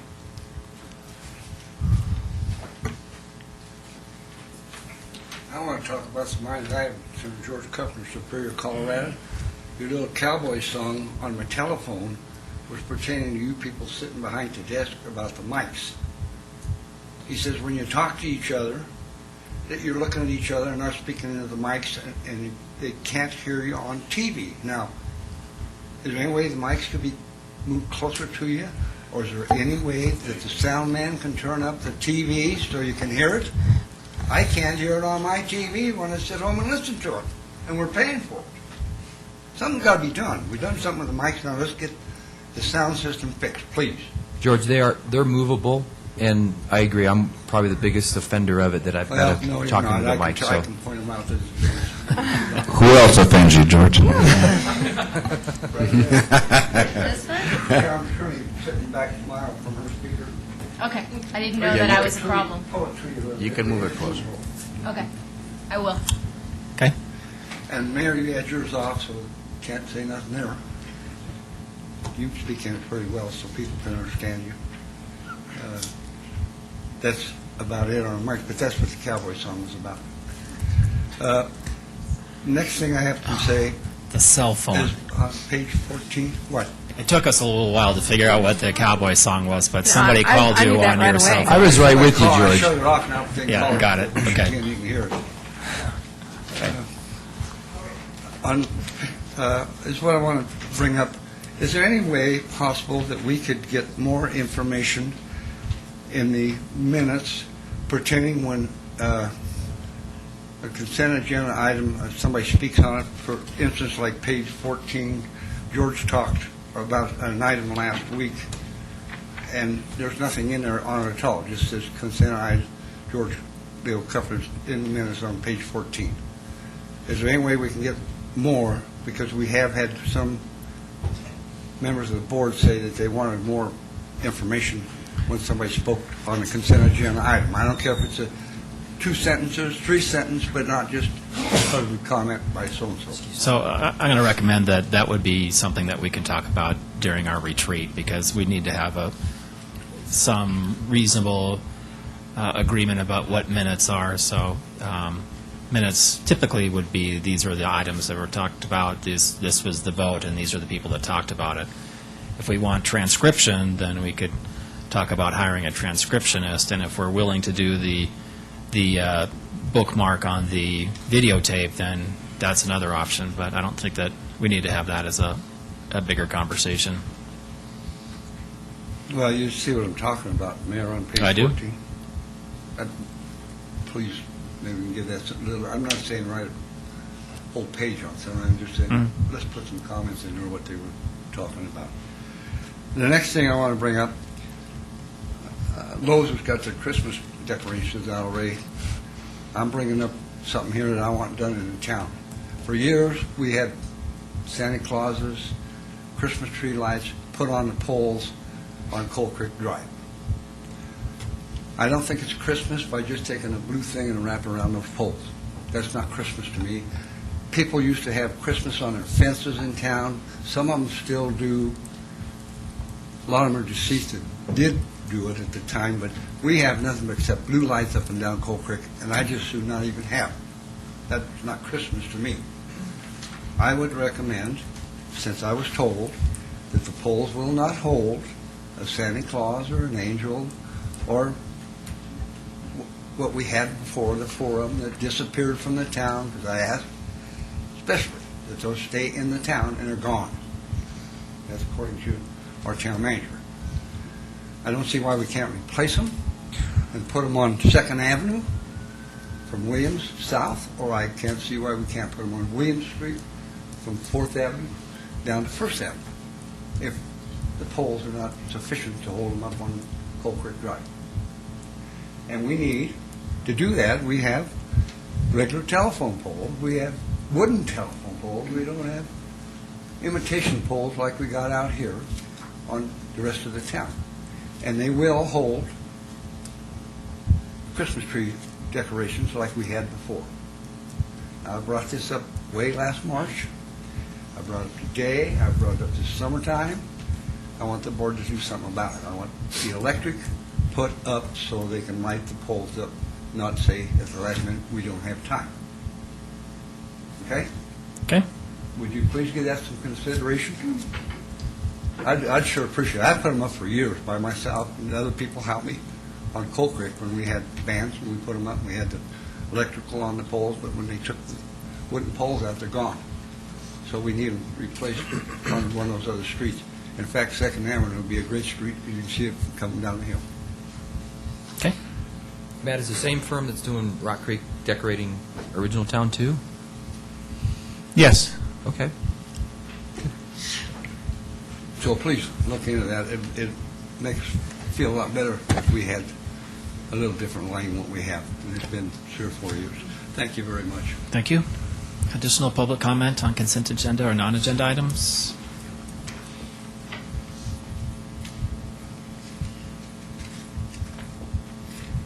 Hello, I'm Michelle Horton. I live on West Torreys, and I just wanted to thank you guys for really doing everything you are trying to do to improve the town. I came to the last meeting. I did have one concern, which came up tonight. It's not so much a concern as maybe a comment. I like what Chris Hanston was talking about doing for the 2nd graders at Superior, and I was just curious why this wasn't being offered to the 2nd graders at El Dorado. Good point. Yeah, I think it will be. Just so happens my son is in 2nd grade, and this started back several weeks ago when they were doing the history of the town and the history of the United States. And I was talking to the teacher about what they're doing. They dressed up as coal miners, and I said, why don't we have people from the Historical Commission come into your classroom and give a little presentation? Well, one thing led to another. We were going to bring the class down here, and then we thought, well, let's just do the whole 2nd grade. Then I found out with the Historical Commission that they'd like to be involved more with the schools. So I would love to have them go to El Dorado and all grades and have everybody be involved. That's a great idea. My kids are past that, but yeah, the reality is they do the same book and everything that's Superior. Yes, so it'd be great to absolutely. sort of, you know, just to keep, it's not about balance, it's just I think it's the opportunity that everybody can have, and I think they'd love it as well. Absolutely, I agree, yeah. Yeah. Well, really, the reason I wanted to speak tonight is about McCaslin. So I've had concerns about it ever since we moved to that house about 4 years ago now. The traffic on there, I would personally estimate, has tripled. It's nonstop. There used to be these periods of calm during the day and then during the night. It's not there anymore. It's ever present. Hundreds of cars, all times. And it's not even to me about speed, but I do believe that there are some things that the town could be doing that would be easy, such as reducing the speed limit on McCaslin. I think that we would be making a very big point as to what we believe is important to our community, which is the safety of our residents and stuff like that, especially with all the trails that are now up and down there. So I thought that we really should look aggressively at things like that as a starting point, and then really there needs to be some traffic control at every single intersection on McCaslin, because it's just, especially with the roundabout, it's just, people just plow through there. And I can say with all confidence that there's a marked change in the amount of traffic that is on there since the roundabout was put in compared to when it was a stoplight. I mean, I can't explain it, but it's just, it's one of those things. You know what the traffic noises are in the morning. My bedroom window backs up to the road. And you would have some sort of a semblance of what's going on that, oh, there's like just kind of passive noise. But now it starts at 4:35, but heavy stuff. It's never stopped. And it just keeps on going. And when the roundabout got put in, it really made people aware that, geez, there's nothing stopping me through whizzing through there. I mean, there really isn't. I know people have said trying to come off left from Colton onto McCaslin have a really hard time doing it, so that would just be indicative of it. By removing the stoplights, you've removed somebody thinking, ooh, why do I need to go another way? Because it's going to be quicker to go there. So I'd like to see some just general things looked into that, because I feel that the town is doing everybody that lives along there a disservice by not saying, well, we own the rights to that road. Why don't we see what we can do to preserve a great community out of it? So I would really like to see some movement on that instead of modification of things like one lane on Rock Creek Parkway and stuff like that. I'd like to see problems fixed before we start making changes to existing infrastructure that works. So, thanks. Thank you very much. I suspect this, when we talk about the comprehensive plan review, which I believe is going to be coming around, transportation is going to be a key element of that, because honestly, traffic studies show that the traffic that's on McCaslin right now is, if it's bad now, it's going to triple in the future. At least that's what Denver Regional Council of Governments believes is going to be the case, so especially with additional construction out by Rocky Flats. So it's something that we'll need to spend a lot of time thinking about. Okay. Additional public comment on consent agenda or non-agenda items? Seeing none, that brings us to item number 7, consent agenda. And remaining on the consent agenda is approval of the minutes of the October 10th, 2011 Board of Trustees meetings and acceptance of the Recycling and Conservation Advisory Committee meeting and approval of liquor license renewal for Costco Wholesale. With that, I'll entertain a motion to approve the consent agenda by Trustee Gregura, second by Trustee Skumas. Discussion. All in favor? Unanimous. Thank you. That brings us to item number D. Trustee Hansen, did you want to take that? I've got a couple of questions. I'll defer to you on this if you had comments on this. Actually, I just had questions, and I was hoping that we could have a very brief presentation of what this exactly means, and then some questions for the finance director. So, Paul, you want to come up? Good evening, Board. Paul Knowles, Finance Director. Could you give us it's in our packet, obviously, but for the viewing public, could you tell us what's being talked about? Certainly, Mayor. The Town of Superior and its component units, or the entities which the Board also has responsibility for, has a number of outstanding debt issues. Two of those debt issues in particular are what we call Superior Metro District Number 2 and Number 3 debt. This is the debt that was issued by the developer in the late 90s, or late 80s, early 90s, as it relates to building quite a bit of the infrastructure within town, roadways, parks, trails, things of that nature. With the dissolution of the district in 2003, the debt remained until its final maturity, which is 2018. And the Board in each subsequent year has approved property taxes to pay for that particular debt. Municipal debt, similar to your home debt, at certain periods of time can be refunded. So we're at a point in time where we're looking at refunding the outstanding district debt. Currently, looking at the current interest rates are roughly 4%. We're looking at getting something substantially less than 4%, not extending the term of that particular debt. Looking at anywhere between, I think in your packet, we were talking about roughly $350,000 in savings, which would directly correlate to property tax reductions for over 95% of our citizens paying this particular property tax. That $350,000 is probably going to increase based on some of the very attractive bids we received and are analyzing from banks and investment bankers. So we're going through the process of hopefully refunding the debt, establishing a new lower property tax mill levy to pay for that new debt service. It will continue as the old debt service through 2018. We're not looking at extending the term of the debt, but essentially paying, in all likelihood, less than half of our current interest payments. So the $350,000 is for both 2 and 3, or is 2 and 3 individually? The information in your packet showed the $350,000 collectively savings for both districts. interest payments from now through 2018. with And the is all of the repayments. debt being refunded, or we have some debt that is not callable at the moment? All the debt in District 2 and District 3, collectively roughly $6 million is being refunded. In addition to that, we have another $50 million outstanding debt for other different sources. But Sure. none of that is available for refunding at this point in time. And that savings that you calculated excludes the payment to the bond council? That is correct. So not only bond counsel, but for full disclosure, we will have a couple of expenses. We'll have bond counsel expense, we will have a financial advisor expense, and we will have, in all likelihood, bond counsel for the bank expense. Total expenses, though, will be roughly 1% of the debt issue. And just throwing out kind of some global metrics that we look at when we look at refunding, typically you budget for no more than 3% of your issuance costs as part of the refunding expense, and try to get less than 3% of your bond total bond proceeds as your issuing expenses, and we're at something close to 1%. So, just from a global perspective, that those are very, very attractive numbers. And do you have any idea what that would, how that would impact the mill levy for those districts?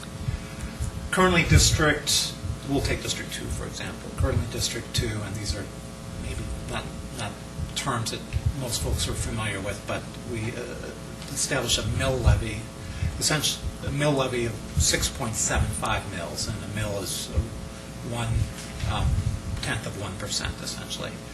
What we're looking at is a mill levy reduction of approximately 10% for the district only. It will not affect a taxpayer's total property tax, recognizing the majority of property tax is the county, the school district, and the fire district, but property tax, which we control, will be able to reduce it by 10%.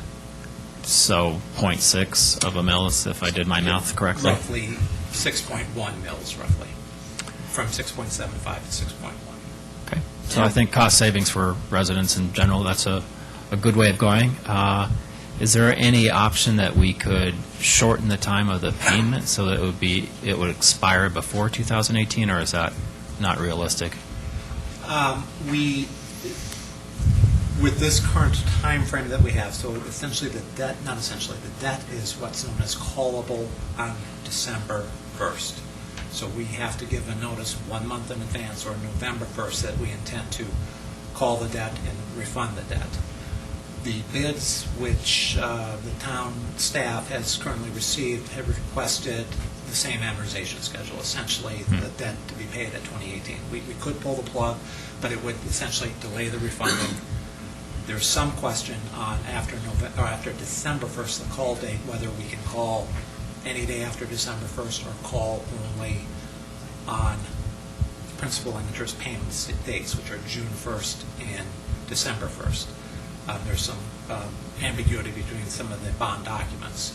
So worst case scenario, if we delayed, wanted to try to accelerate the payment, maybe with the same debt service mill levy, we might not be able to refund until June 1st, and who knows what interest rates would be at that Fair point. enough. Okay, thanks. That was can I my ask questions. Trustee Hansen and then Trustee Williams. Yeah, a couple of questions. So we have two options. We can refund it, or we can recall it and just pay it off. What would be, if we just recalled it completely, what would be the property tax rates? Did you estimate that, what it potentially could be if we recalled everything? Would it be about the same, or would it be much improved? It would be about the same. Essentially, if I think what Trustee Hansen is suggesting is we not go to the market and potentially we use some of the some of our reserves to call that particular debt. Right. We would need to pay essentially ourselves back a market rate.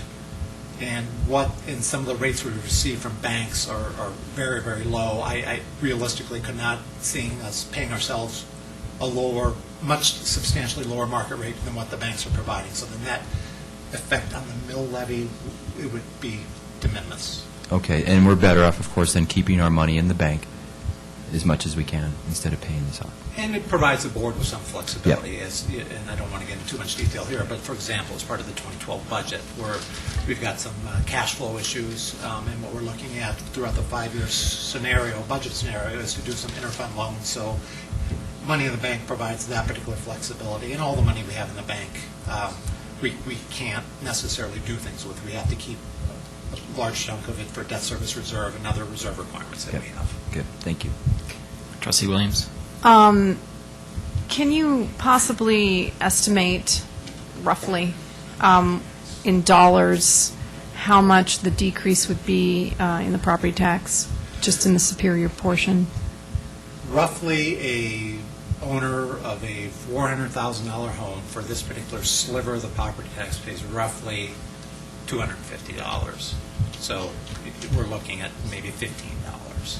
So again, not material at the end of the day, but again, I think you as public stewards, you as a survivor board of District 2 and 3, you're doing what you can to reduce property tax. And best of my records indicate over the last 8 years, we are the only entity on the property tax rolls that have actually reduced in 8 years have reduced our property tax. No other taxing entities have done that. It's not necessarily material, but we're doing what we can. Thank you. Other questions? Otherwise, I'll entertain a motion. Oh, I'm sorry, Trustee Gergos. Okay, yep, very good. I'd like to make a motion to approve Town of Superior Resolution Number R-37, Series 2011, a resolution of the Board of Trustees of the Town of Superior approving in agreement with Sherman and Howard LLC for Superior Metropolitan District Number 3 bond refunding bond counsel services. Motion by Trustee Gergos. Is there a second? Trustee Williams, further discussion? Phyllis? Cirilli? Yes. Gregoris? Yes. Hanson? Yes. Buckle? Yes. Skumatz? Yes? Williams? Yes. Great, thanks. Trustee Gergos, you're on a roll. Do you want to do it for District Number 3? I think It's that was for number 3, wasn't it? That was I'm reading number 2. Maybe, okay. Was that 3? So we need to do number 2. District 1. You can reread the same one and just There you go. substitute the district. District Number 2. Okay, Town of Superior Resolution Number R-37, Series 2011. Is it R-37? 36, okay, there's one left, okay. A resolution of the Board of Trustees of the Town of Superior approving an agreement with Sherman and Howard LLC for Superior Metropolitan District Number 2 bond refunding bond counsel services. Motion by Trustee Gergos, second by Trustee Williams. Further discussion? Seeing none. Phyllis? Williams? Williams? Yes, sorry. Skumatz? Yes. Buckle? Yes. Hanson? Yes. Gregoris? Yes. Cirilli? Yes. Great, thanks very much. And once again, thanks to town staff and the finance department. I didn't think I'd ever see the day that we'd be thinking that 4% was too high and we need to reduce our debt. So thanks very much for being good stewards of that. That brings us to item number E, adoption of a resolution approving an agreement with Ramey Environmental Compliance, Inc. for water and wastewater treatment plant operations for Superior Metropolitan District Number 1. I know this is for Trustee Hanson, but could the town manager explain what's going on here to the public? Sure.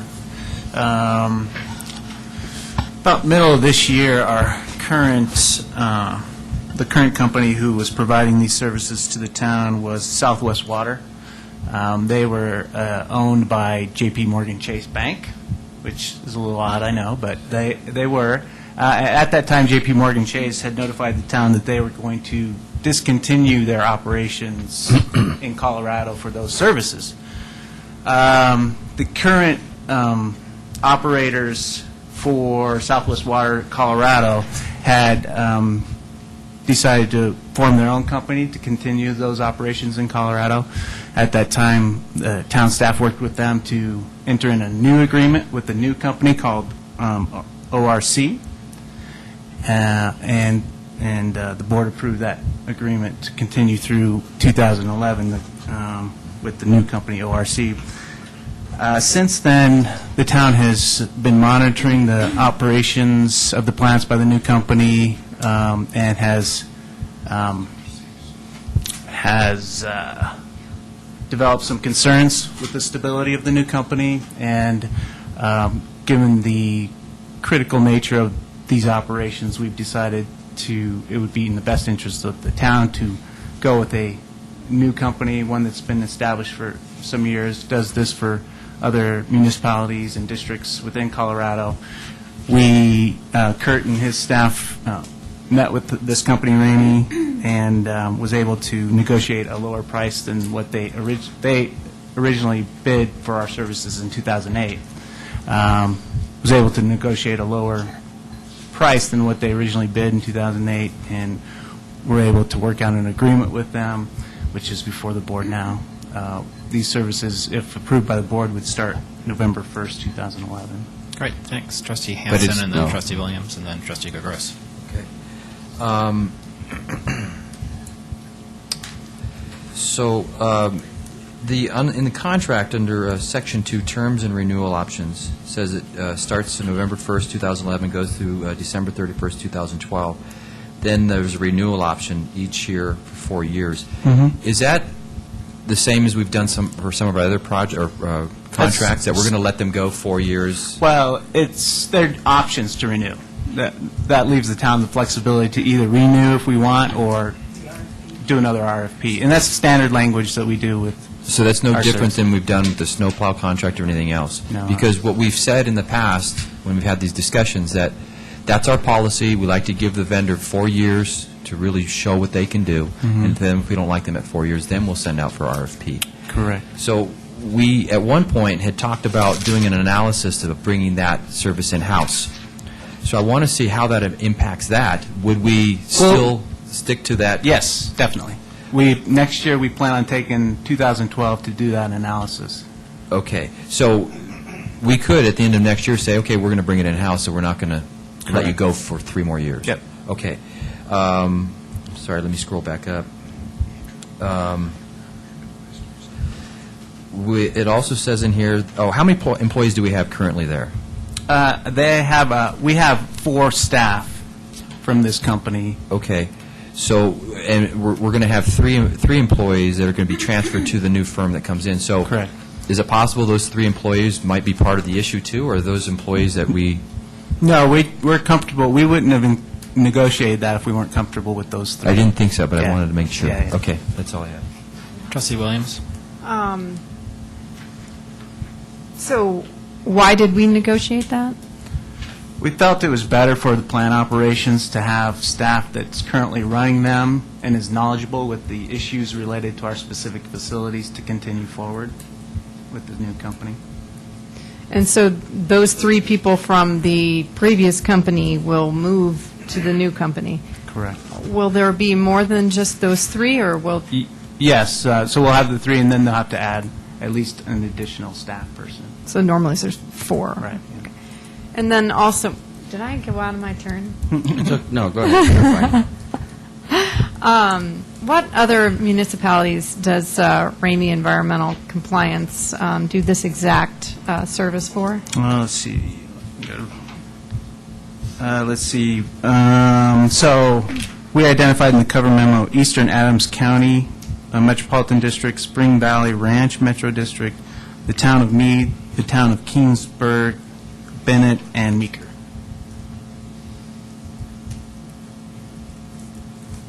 That was it? Mm-hmm. Oh, okay. I Did thought you- you were that's waiting all to I say the have. next. I'm not going to make it. The town of Bennett? Yes. And what other town? The last one was Meeker. Meeker, okay. Thanks. And it's not a huge number of municipalities because a lot of them have in-house staff that run the plants. So. Trustee Gagos? Matt, I don't know if you mentioned that to the public, but there is an increase of about $34,000 over the previous agreement? Correct, yes. Yes. Let's see. I have that. Yeah, $34,380 per year increase. So I know you negotiated down from from the last time they put in a bid, but Right. if we're using the same people, I don't understand why we're paying $34,000 more. There's not a lot of companies out there that provide this service.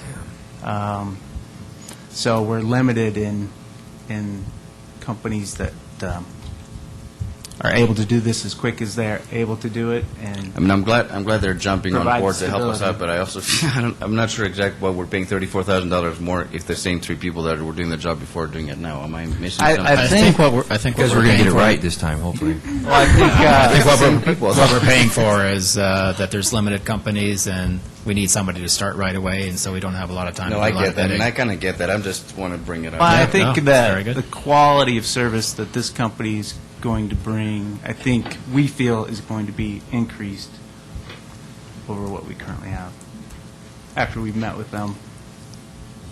And how seriously will we consider doing this in-house a year from now? Well, it's one of the options. It's a significant option we're going to look at. And, maybe shared services with the city of Louisville is another one. Yeah, So, it's worth considering. Trustee Cirilli? Couple of questions. The current contract that is being ended was originally supposed to go till the end of 2011, and now it's going to go till the end of October. Do we have a contractual right to do that without cause? to terminate? Yeah. Yes. And without cost? Yes. Can I piggyback on what you just said and allow the 3 employees to move over to a different company? I mean, there is no, contractual agreement that they have with their company that we're violating or they're violating or anything like No. that? Okay. And the other comment I have is not, that this is not a question, but comment, and that is, this essentially is a non-competitive contract that's going to go for more than a year with options. That really is contrary to our 4-year original contract procurement policy, and so I would like to see us really looking at not only in-house, but at least a recompetition by the end of 2012, because that would be consistent with the purchasing policy. If we're not going to do in-house, then I think we should be looking at a recompetition. I understand that comment. Yeah, I was a little more comfortable with it considering they did bid in 2008. But, I mean, we can look at that option as well. This is a sole source contract. Yeah, I understand. But we are in a situation where we don't have a lot of options. I understand. Yeah, we got the But I don't understand why we'd give them 4 option years, Right. necessarily. It's just standard language. Yeah. Trustee Skumatz? My question was just how long this firm had been in business, given that the other one was kind of a startup. I don't have that. Kurt, do you? Obviously, since 2008, if they gave us a previous bid. Right. Hopefully longer than that. Yeah, no kidding. I don't know. I don't Would have it be okay if we don't can't? Yeah, so, well, we can get the information to you. Yeah, but it definitely. might be offline. Okay, public comment regarding this? George Kepner, Superior. I'm going to say one thing. You couldn't find a finer person to work with you on this situation. I worked with this gentleman several years with the city of Louisville. Well qualified, if he's high or low, you couldn't find a better person for this situation. For our water and wastewater, I'm 100% behind you, period. Good to hear. That's good to hear, That George. is Thank good you. to hear.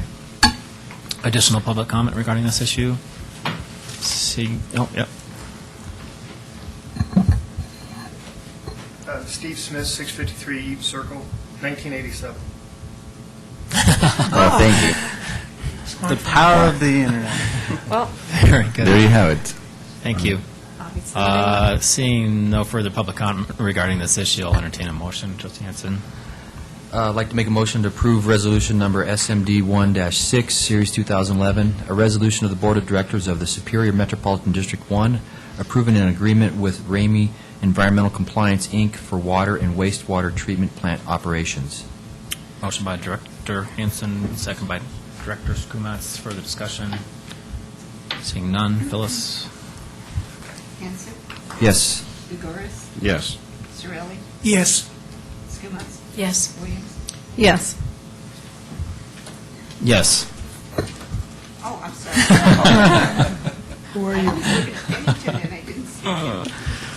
All right, very good. That motion carries. That brings us to item number 8, adoption of a resolution appointing Ted Asti as an honorary member of the Historical Commission. And that is obviously a fantastic thing to do. But Mr. Magley, do you want to chat briefly about this? Yes, thank you, Mayor. Mayor Asti's, I think, lived in Superior his whole life and has a great deal of knowledge about the town.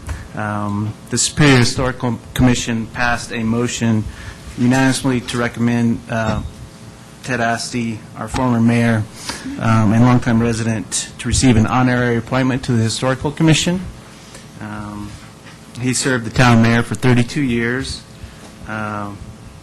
first elected in 1958, and he served until 1978, and then again he didn't get enough, I guess. So he ran for mayor again and ran from 1986 to 1998. He regularly attends the Historic Commission's meetings and participates and shares his experience and knowledge of the town, and I think I agree with the Historic Commission. This is a well-deserved honorary appointment to the Historic Commission. Great, thanks. I have to say, while I like my colleagues up here on the dais, I can't imagine serving the town for that long, so that is an amazing number. So, anybody from the board? I think that's a Anybody from the resolution pub- for you to read, though, as a mayor. Anybody from the Historic Commission or anybody from the town wish to speak to this issue? It's your resolution. Trustee Yeah, Cummings? we'd like to get a picture, photo op, too. Sure. Okay. All right, well, I'd be pleased as punch to read resolution number 38. Yep. A resolution of the Board of Trustees of the Town of Superior recognizing Ted Asti with an honorary appointment to the Superior Historical Commission. Is there a second? Yes. Trustee, oh, the whole board has seconded. So, all in favor? Unanimous. Great. Thanks very much.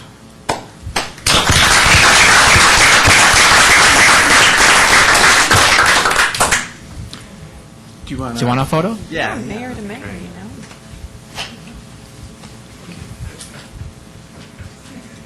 I'll walk over there.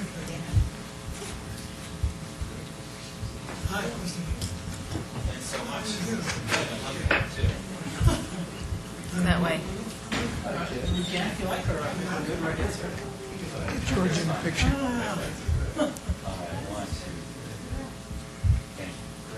Thanks so much.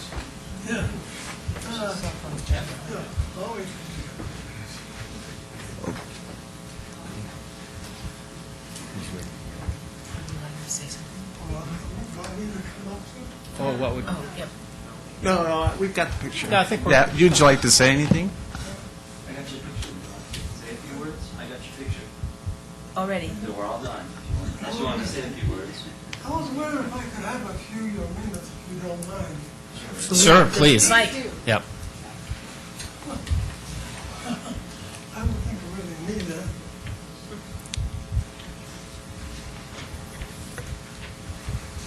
Well, this is my first opportunity to thank the town board and the historical plant commissioners.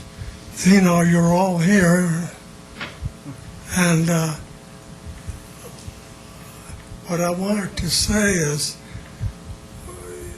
you as a board, the mayor and trustees, you know, who have worked so hard along with the Historical Society and as partners, and I want to thank them too. I've never had an opportunity to thank them. They're I call them in my mind the jump starters, and they're still rolling and they're going. And you, the town, the officials and all, and the board down there have made a nice, good historical society. And you do a lot of thanks to all of you. Okay? Thank you very much. Well, it's our distinct pleasure, honestly. And thank you for shaping our town all through the years. I didn't include the staff. I know. It's that right here. It's the something bugs.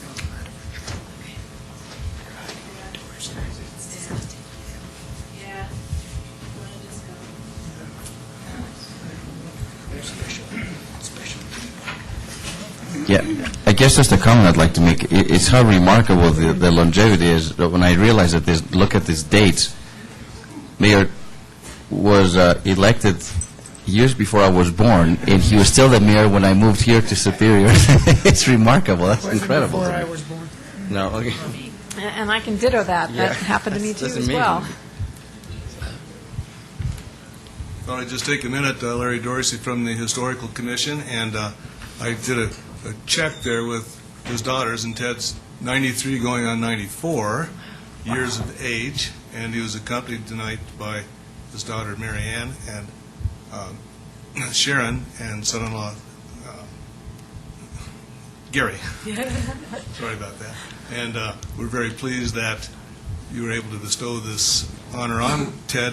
He does make it over almost every meeting all the way across the street and from his house to take part in the meetings, and we really enjoy having him work with us. So thank you very much. No, thank you. Thank you.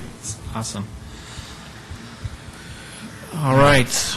That brings us to item number 9, discussion of the 2012 budget of the preliminary and approval of the preliminary reading of an ordinance adopting fiscal year 2012 operating and capital improvement budgets. Mr. Megley.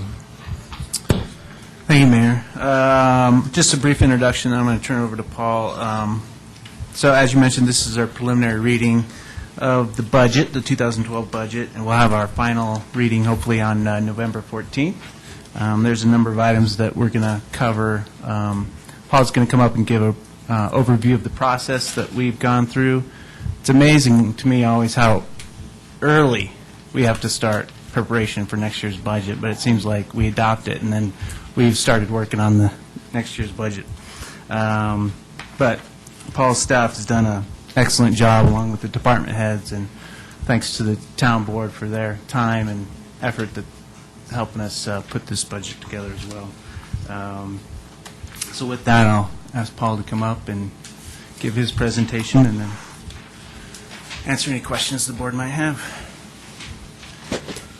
Thank you, Mr. Magley, Paul Nellistown staff. I know all of you behind the dais are intimately familiar with these particular documents, but we wanted just to take a few minutes so others in the community who have an interest in this process understand where we are and generally what we'll be looking for final approval 3 weeks hence. As Mr. Magley identified, what we're talking about this evening is a preliminary ordinance for just the town's budget, and then all the other ordinances setting property tax, mill levies, establishing fees and charges, that will all happen on November 14th. Additionally, on top of the individuals that Mr. Magley identified who are instrumental in creating this particular document, we also want to thank not only the board but also the committees and commissions who have provided their recommendations, and then obviously all the comments we get from citizens as it relates to this particular document. So as a general overview, this particular budget in total is somewhat similar to budgets we've adopted in prior years. It's roughly $35 million. About $10 million of that is capital, with the rest being operations and debt service. We'll probably go into a little bit more detail during the formal public hearing of the budget on November 14th, but just as some general overviews of what we're proposing in this particular budget. As it relates to staffing changes, we're proposing the addition of one events volunteer coordinator. As I mentioned, capital programs are $10 million. A lot of that has to do with maintenance of our existing infrastructure, which is obviously first priority typically for the staff as well as the board.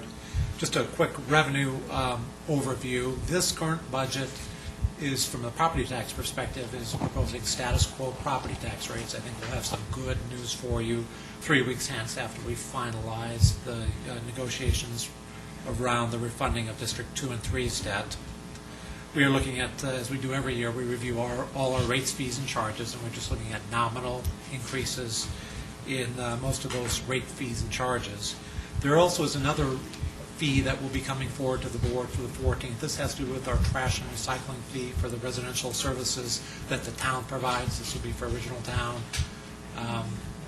Sagamore, The Ridge, and Calmonte. We will, at the end of this month, have a revised bids for that particular service, which is currently at $9.95 a month. So we'll be looking at finalizing those fees on the 14th.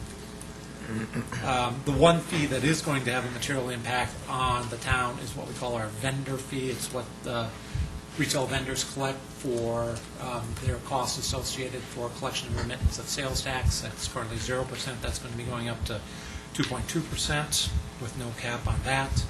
As it relates to what we call our enterprise operations, water, sewer, storm drainage, we're looking at a 4% increase in our water operation. The effective impact of what we call what we would categorize as a traditional or as a typical, residents would be about $20 a year, about $1.70 a month.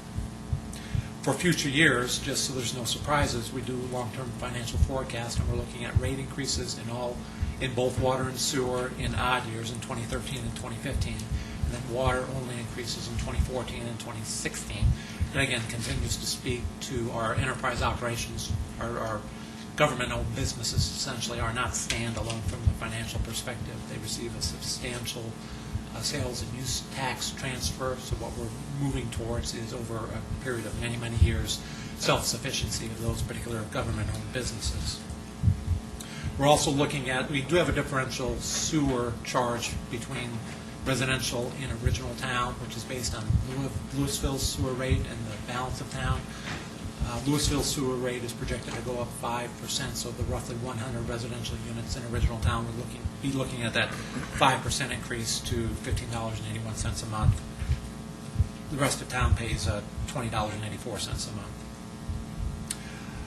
In the past 5-year model, we were projecting increases in what we call the Class 1 landscape fee. This is enhanced landscaping throughout the community. We were looking at rate increases in 2013 and 2015. With the Parks, Rec, and Open Space Director and his staff, taking a very, very close look at that operation, cutting back on water usage and a number of other operations.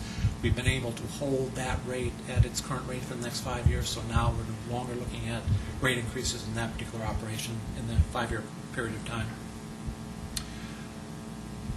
So the board, as you well know, has had 4 formal meetings with the Finance Committee reviewing this particular budget. Last meeting, the entire board discussed what we had as residual, what we call policy items. So I wanted to summarize where we stand on those particular policy items, because they are incorporated in the budget document you see in front of you. The first category we'll call economic development. The 3 categories there. The one I already mentioned, the vendor fee, is increasing to 2.2%, and we're looking at a new business retention program of $75,000 a year, as well as economic development consultant of $30,000 a year. All those remained in the budget, with the caveat that as we move forward on implementation of those particular programs, we will obviously need more dialogue with the board and associated other individuals to finalize those particular programs. The second policy item was what was categorized as consolidation of town administrative functions. That's essentially consolidating the function across the street to the south, 127, East Cold Creek, over to Town Hall, essentially bringing in a temporary office facility, excuse me. Some may view it as storage. Martin feels about that. I think Martin and Kurt perhaps may have a different perspective on that, but a number of benefits associated with that. But that particular project is in the budget, the one-time expense associated with that, as well as the monthly operating lease. And again, that project falls into the category of will not proceed until additional dialogue with the board on that. Can I ask a question about that? Sir, I think that there's probably writing questions. Sorry, maybe let the finance director finish up his presentation and then ask questions, if that's okay. I have ADD. I may forget what it is. That's okay. I'll remember. Okay, thanks. You're writing it down. Okay, I'll come back to it. As I already mentioned, there is one new position included in this particular budget, an events and volunteer coordinator. There were 4 additional positions that there was quite a bit of dialogue, but at the end are not included in this particular document. And again, they included a project manager, a parks technician, a field maintenance technician, as well as a recreation supervisor position. And then finally, the 4th policy item discussed at the last meeting was funding and new parks. In the past, over the past number of years, generally new park amenities were funded exclusively with either grant revenues in combination with conservation trust or lottery revenues. And in this particular financial plan, we're proposing one new park amenity in particular, what we're calling the Town 9 Park, to be funded out of our governmental capital. And we had some good dialogue about that, but that's how it has remained in the particular budget. There have been a number, as you see in your packet, a couple of material budget adjustments from the initial budget that was submitted to you in August compared to this final budget now. To generally summarize that, we're looking at an addition of roughly $150,000 over the next 2 years to assist us with our legal services fees associated with the Jefferson Parkway issues. We have budgeted, not this fiscal year, but next fiscal year, 2013, $600,000 for our contribution to the Hodgson Harris dam renovation, and those funds are currently budgeted out of our open space operation. In development of this budget, we have to make certain assumptions. One of the assumptions we made had to do with anticipated property tax revenues. And most of those were accurate, but the property tax revenues for our interchange district were estimated a little bit too high, so we modified those revenues down and reflected that in the particular budget. Capital projects, expanding Marshall as we merge onto McCaslin to a triple left. We're trying to complete that project this year, but it looks like that project will phase into 2012, so just a budget adjustment there. The item that Mr. Magley had discussed earlier that you talked about on consent relating to the operations of our water and wastewater treatment plant, that new contract amount is included in the budget. So with that, Mr. Magley, that's generally the summary I have for the mayor and the board. Great, thanks. Trustee Gregoris. Thank you for letting me go first. So I just want to clarify one thing. So the one-time office modular expense of $85,000, the way that I read it here, are you including in the budget that, are you assuming that 127 East Coal Creek property will actually sell in 2012? That is correct, Trustee Gregoris. Do you have an idea of more or less what you're expecting to sell it for? In the budget, we've initially modeled $300,000. Okay. I don't know if the manager has additional information on that. Do we have an appraisal for the property? I'm not aware of that. We do. You do? But From what year? I will forward it to you. Since we probably won't I divulge that. understand Yeah, no. I just want to make sure that was. Do we have a recent one? Yes. Thank you. But it's just on the land. It doesn't include any buildings or anything like that. I will forward that to you. So, not to play devil's advocate here, but what happens if we were not unable to sell it in 2012? What does that do to our budget? If we proceeded with the project and incurred the expenses and didn't generate revenue from that particular sale, we would be light $300,000 in the capital fund. Okay. The capital fund at the end of the 5-year plan is currently projecting an ending cash balance of roughly $1.2 million. So all things being equal, that number would drop by $300,000. Okay, thank you. Trustee Williams? I have a couple questions. The Hodgkin Harris Reservoir, we're assuming that the funds will come out of the open space funds? That's But that correct. has not actually been approved by the board, correct? Right. I mean, that's where yes, that's correct. Okay. But I think there's general consensus that it would come from there. That was based on that discussion that we had. Yeah. I understand that. We didn't allocate where funds were going to come from. Right. Right. And the Open Space Advisory Committee hasn't voted on it, and, because they vote on a recommendation to Well, the and I board. think that we should bring this to, Oh, yeah. Oh, They've SAC. had some discussions about it, but they just haven't.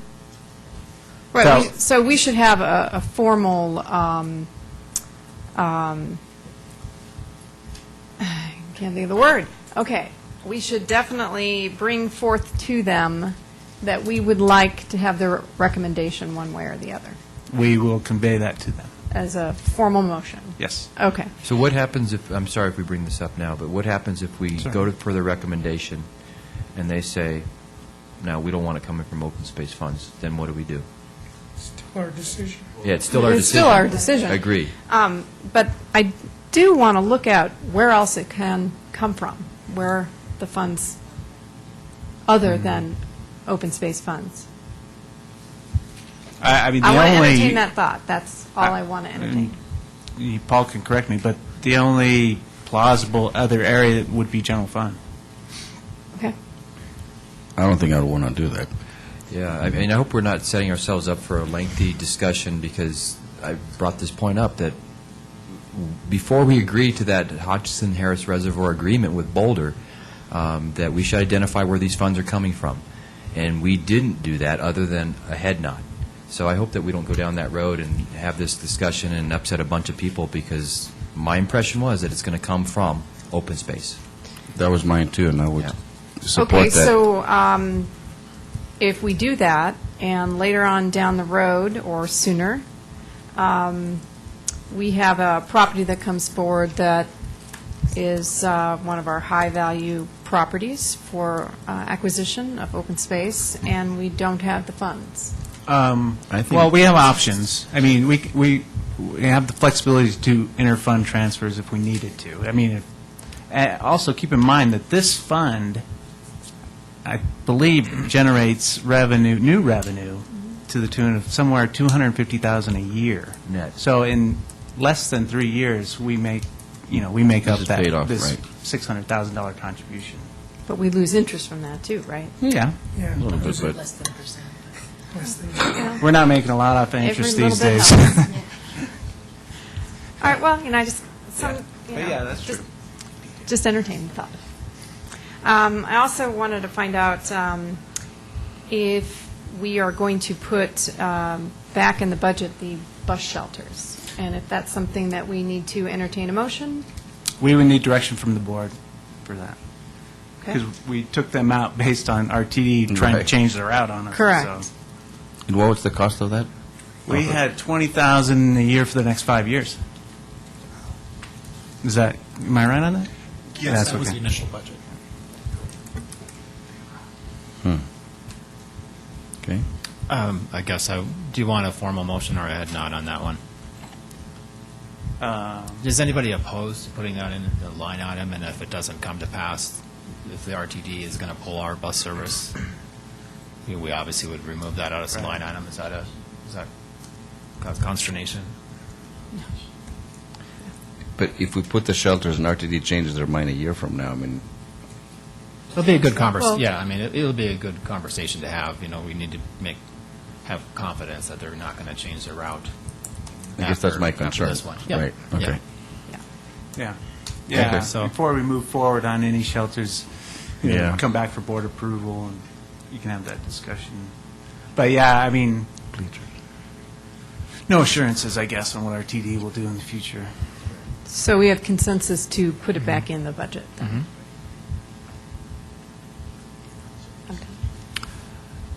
Trustee Skolnats? Anything? Trustee Cirelli? Trustee Hanson? Just a couple ones. So thank you for putting the water operations contract in there. I was wondering if the board would entertain the option of putting a line item, maybe not with even any dollar figures associated with that, for senior services. We obviously don't have a big senior population in our town, but I know that there are some residents who actually go to Broomfield or Louisville to use their senior services. And it seems like it would be something good to explore to make sure that we're not mooching off other entities and seeing if we need to pay our fair share for that. So this would be more of a reminder to have staff sometime explore how many residents are actually making use of that. I think it's probably going to be a small number, but I'd want to make sure that we're doing our part for that. like what kind of services? Oh, There's right. So Broomfield, City and County Broomfield and Louisville have a senior center. They operate, depends what you want to do, but they operate free or reduced lunch for seniors, and they fitness classes. And there's a whole bunch of things that the seniors can use from these. So, Are you talking about creating an actual center? no, I'm not. I don't think that We're we'd. talking about contributing. Yeah, I don't think that we'd ever have the ability to build one, at least no time soon, and I don't think that we have that number of residents that would make use of it, but I'd like to explore cooperating with other agencies and making sure that we're paying our fair share. So I might put in a $0 figure for this year, but just as a reminder for staff to explore what we need to do. I like that. Also, Dr. Cog has numbers on our town in a certain set of numbers, what the increase is for senior citizens in our area. So we should look at that. I mean, I'm sure that that in 5 years from now, there'll be, 10%, 15%, I don't know the exact percentage, but there'll be an increase. Okay, thanks. I think there's general consensus for that. And then I just had an accounting question. So for the vendor fee, is that listed as an expense or a loss of revenue? Mayor, in the board, in the 2012 budget, that is noted as a loss of revenue. So effectively, the budget for 2012 is assuming that our sales tax revenue will decrease by 0.2% over current year's revenue. So, and then where that sales tax goes, which is the general capital fund, open space fund, and general operations, incur that reduction as well as the Superior Metro District. So reduction in revenue. So my only request is that if we can somehow make sure there's a line, I know that you'll probably have a Excel spreadsheet thing where you can click on the box and open it up for more details about, general revenue or whatever, but if we could just list that as a line item in the budget, just so we are cognizant of what that is. Does that sound fair? I don't know how I'm not sure how you would do that necessarily, but. Staff could certainly look at that as an option. My only concern about, I take my poor guidance from the federal government, where there's a whole bunch of tax breaks. You have no idea what that expense might be, and you can never track it. So without getting into the policy issue of this, and I think we've made a very firm commitment that that's what we're going to do. I just want to make sure that I want to make sure that we're able to track that line item somehow, if that sounds fair. I think that's good, yeah, absolutely. Staff can certainly do that. Okay. And then I wanted to maybe open another can of worms, but just in terms of the personnel. So I guess my thinking is I still am trying to support the contract manager. I think that's what we call it. Is that project manager? Project manager. So I'd hate to spending an extra $100,000 a year makes me have a little heartburn, because that's a lot of money for the contract manager. So I was thinking that since it really doesn't fall into any particular department, that if I would recommend that fall under the direction of the town manager, and I don't know how the town board feels about that. I would probably have it report to the assistant town manager. Okay. Just for my workload. Fair enough. Being selfish. Well, I guess I guess I'd put it in the town manager's office. Yeah. You could have them report to the board. That's a good one. Can we back up here? I don't know if I missed something here, but what I see here is we approved one new position, events volunteer coordinator. One new position's included in this first reading of the budget, based on the discussion we had at the last meeting. And you're not asking to approve another one, are you? Yes. Okay.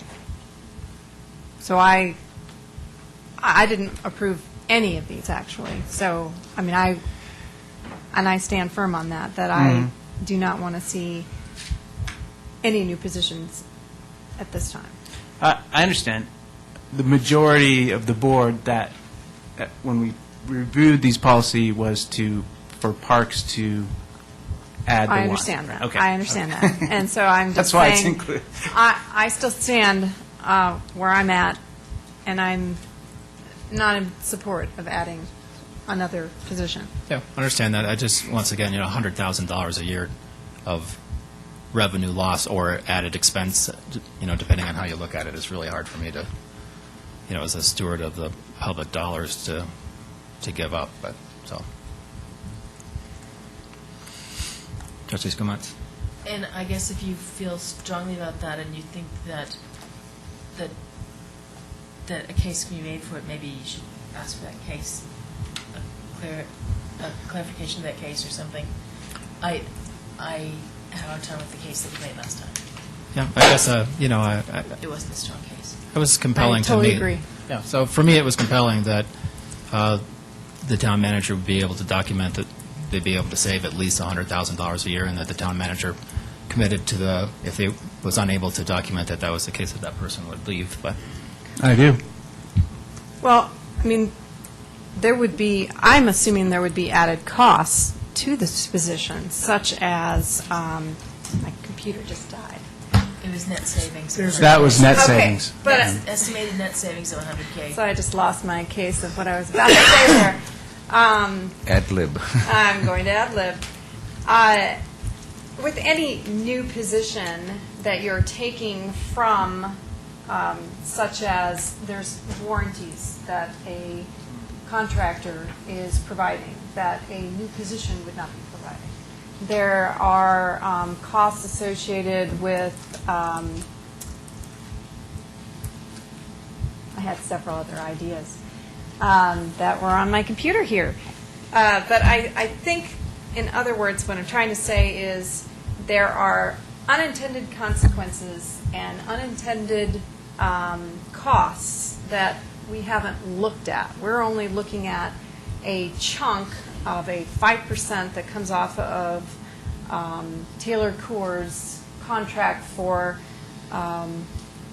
repaving the streets. So if we look at that, just that, there's that $100,000. I get that. That I totally get. But there has to be costs associated with that we are going to incur. And whether they're costs for a warranty or they're costs manpower, I don't know. But I would like to see that researched. Anybody Trustee care to Gregorius? jump in? Maybe I'm in the minority here, I don't know, but I feel like you as the town manager knows your staff, knows the needs, has seen what has transpired the last year, and I guess I want to give you the benefit of the doubt and trust you to say, I need this position, it's going to run the town more efficiently, go for it. I would like to see the finances a year from now, though, and say, yeah. did this position actually... Definitely, yeah. Yeah, I mean, that's my That's only... fair, yeah. That's my only request, that is fair, but other than that, you have my green light from me, but...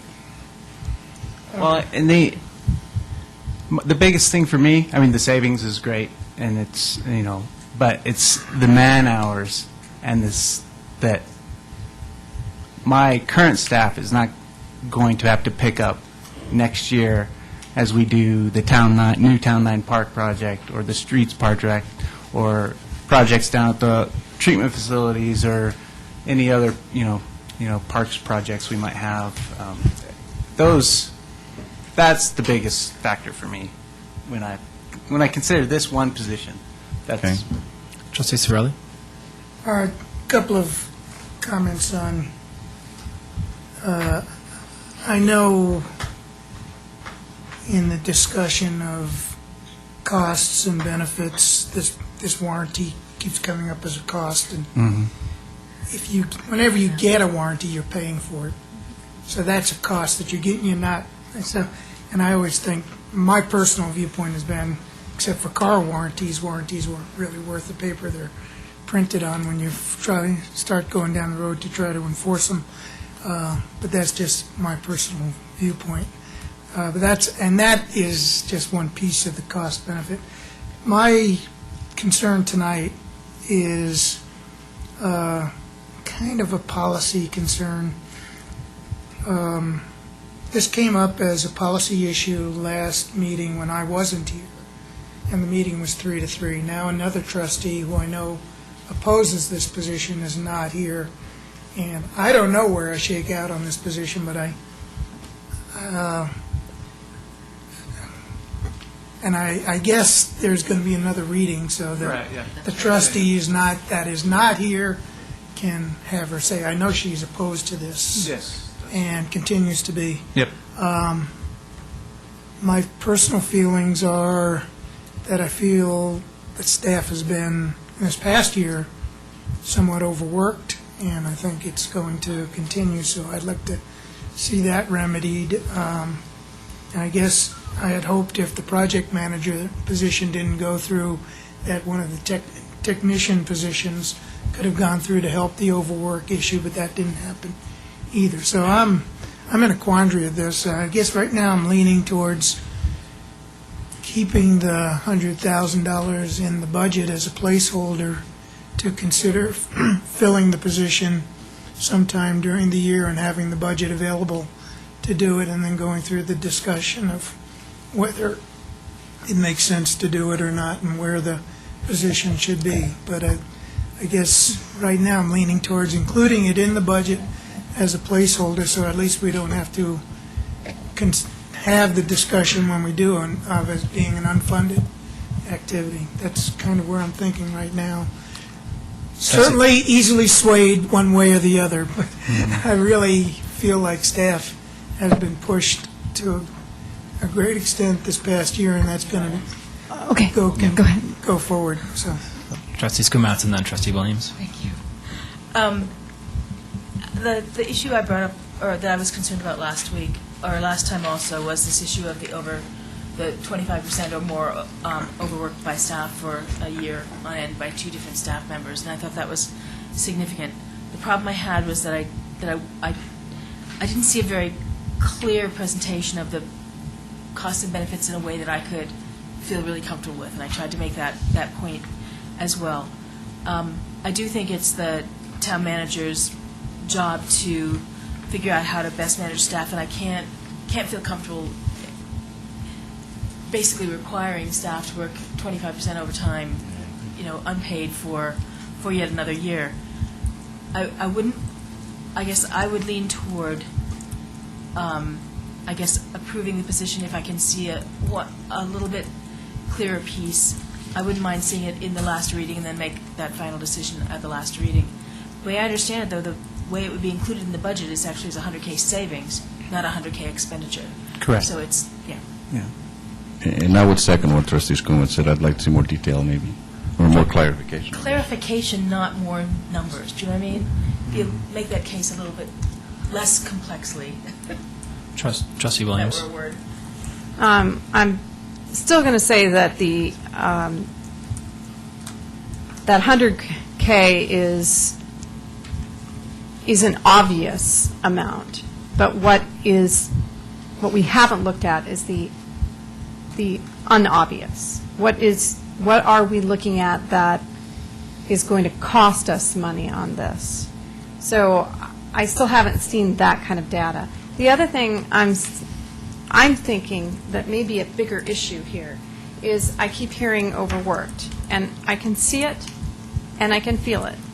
And to me, that means worker bees, not management level positions. And so I feel to alleviate the overworked feeling with staff is just to have more hands-on worker bees. And I think I would be in support of that, but not more management level positions. So that, to me, if I'm going to look at a bigger picture, that's how I see it. And the other thing I was going to, my computer finally came up. I was also wondering, the accountability that you have with a company performing the work. Mm-hmm. If the company doesn't do a good job, or if it goes over budget, or if they're not able to meet the deadline, it's on them, not on the town. So at this point, if you hire someone, it's no longer a company, it's now on the town. No. They're just managing the contractor, like, let's say the Town 9 project, for instance. They are managing that entire project, including the general contractor and its subs. So it's still on them to meet the budget, meet the deadlines, make sure the quality work's there. So that's still in place, even with this position. But you're talking about a management level position, so I can give you an example. The roundabout. The roundabout over here at McCaslin and Colton went over budget, as well as it did not meet deadline. And that took management level expertise, extra time to do so. We hired a company to. Right, and- Boulder County hired a company to help to manage that project. Right, and it wasn't on the town, it was on the company. But I'm saying the county hired a company to manage that project for them. Correct. Right. It doesn't matter whether it was the county or us. Right. In general, we're talking about the company. It's on the company, not on the town. So when, In both We're not- instances, it's on the company. The Right, con- you're the making my contractor point that's for doing me. the work. You're making my point for me, because at this point, we hire a management level position called project manager. It is now in-house. Correct. Correct. To do the management. To do the management. The And any mistakes, any over budget, any deadlines missed would be on us. It's on us either way. No, it isn't. It's on the company. Even for the roundabout project, it was on the town and the county. I know, but if we were the ones that were hiring the contractor, the company that did Right. the work, it would be on the company to come back and do the work, correct? I mean, that's part of warranty. That's part of how it works. You have a contract, the company is supposed to do A, B, and C. Correct. And they do A, B, and partial C. And we come back and say, you have to finish C. And the company's required to do that. Okay, so with a management level position doing this, we're now bringing that in-house. And that is, those unforeseeable issues will take away from that $100,000. So I'm just trying to I'm make not- a I'm point sorry, where I'm there not are other following you. issues and other things to look at that will cost us, that I'm wondering why we're not looking at that, or how we can look at that. I don't agree with your train of thought on that, because whether we have a project manager on staff or a firm that's managing the project for us, the general contractor that's doing the work still has to do A, B, and C. But you can come back to Taylor Coors, who's managing the project, and say, you didn't finish the project. I'm not paying you any extra. Finish the project, and you'll be satisfied, correct? That's a correct statement. They're not the contractor, though. It doesn't matter. You're paying Taylor Coors Well, I to think do a- the project. A good example, though, is the recent Circle Park project. That the project didn't get finished that we agreed on, that we paid for, but we found going into that project that it was much more in depth than we originally thought. So we couldn't expect Taylor Coors to absorb that, right? Right. Because the road work needed much more repair than we thought. So I think that's a good example of what you're saying here, but I would say that now we agreed to a certain level of service. We didn't tell Taylor Coors that there's more problems than you thought under that road. So in that case, I'd say the burden didn't fall on them because we actually agreed That would be correct. to a certain level of service. So the burden will fall on us. So in this case, if we had a project manager, I would hope that the project manager would say that, you know what, based on the history of this town, we might want to look a little bit deeper and see if there's problems. But then what they're going to say, come back to us and say, well, we originally thought the project was going to be $2 million. It's actually going to be $3 million. And that's something you can anticipate because we've had that issue before. But on down the road, there are other issues that come up that we haven't vetted out and figured out what we're going to have. There's always snafus that happen on projects. That's what I'm saying. That is going to be now falling on our shoulders. Trustee Sorelli, Trustee Gregores. I think you're oversimplifying the whole situation. Every project, every contract stands on its own, the nature of the contract, who bears what risk. Everybody if you want a contractor to bear the entire risk of a project going south, you're going to pay for that, and you're not going to save a penny by going with that kind of contract unless you're darn sure of your specifications, your grounds, everything else. So you can't make a generalization about that. Warranty, that's why I was saying, talking warranty just doesn't make sense in this kind of discussion. And we can't just talk across the board. Now, normally, if we have a general contractor, we sign out to do a job, and it's a fixed price contract, then they've signed up to the risk of things going wrong. But And doesn't that usually happen anyway? I mean, No. don't we have a fixed cost in no, almost all we've had contracts? fixed cost contract is a different thing than a fixed price contract. But that has nothing to do with management. And it doesn't have anything to do with managing a project. And if we had a contract manager doing the management for us instead of an employee, I doubt the contract manager would assume the risk of anything going wrong with the prime contractor. I mean, the general contractor. I mean, I don't think we could afford that either. I mean, it just, in my view, doesn't work that way. Trustee Gregorus? You know, this is a first reading, this is not a final reading, so I feel like we can move forward, and I agree with Trustee Sorelli that having Trustee Pennington here for the second reading and having this discussion, makes more sense than we have the full board, so I would suggest that we move forward. So just, how does the board want to proceed? Do you want to leave it out? I just want to make sure that we give staff direction. Do you want to put it in, or do you want to leave it out and have a discussion? I think what Trustee Sorelli said about having, as a placeholder, $100,000, leave it in, wait until Trustee Pennington comes here, then we can know. What's the difference if we leave it out or put it in as a placeholder? We're going to have the discussion, because you Right. could say then that we're taking it out. So just leave it as it is. Don't Leave it as incur it any more is. work. Okay. And then let's have the discussion. I'm okay with that. That's fair. That's a good point. Okay. Okay? Okay. So I think that we'll just have one policy discussion then identified for the next meeting? Is that That's correct. correct?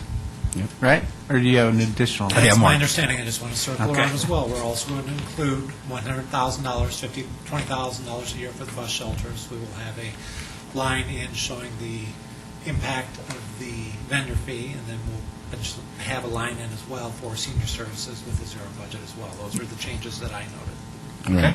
Correct. Does that sound fair? Yeah. And I guess what I'd say also, maybe if members of the board have questions that they want to have specifically addressed, maybe the town manager and town board members could have a individual conversation about that, just so we are clear about what the data is that we'd Yeah. like to see. Yeah, that'd be Sound great. fair? Yeah, that would be good. Okay. So with that, I'll entertain a motion to do a preliminary approval. I'm sorry, real quickly, Andrew. Yes. Number 4, fund of new park amenities. Mhm. Do we not need to discuss that anymore? I'm sorry. It's, I think I'm the only one bringing it up, so if I'm the only one bringing it up, then Okay. it is what it is, so. All right, thank you.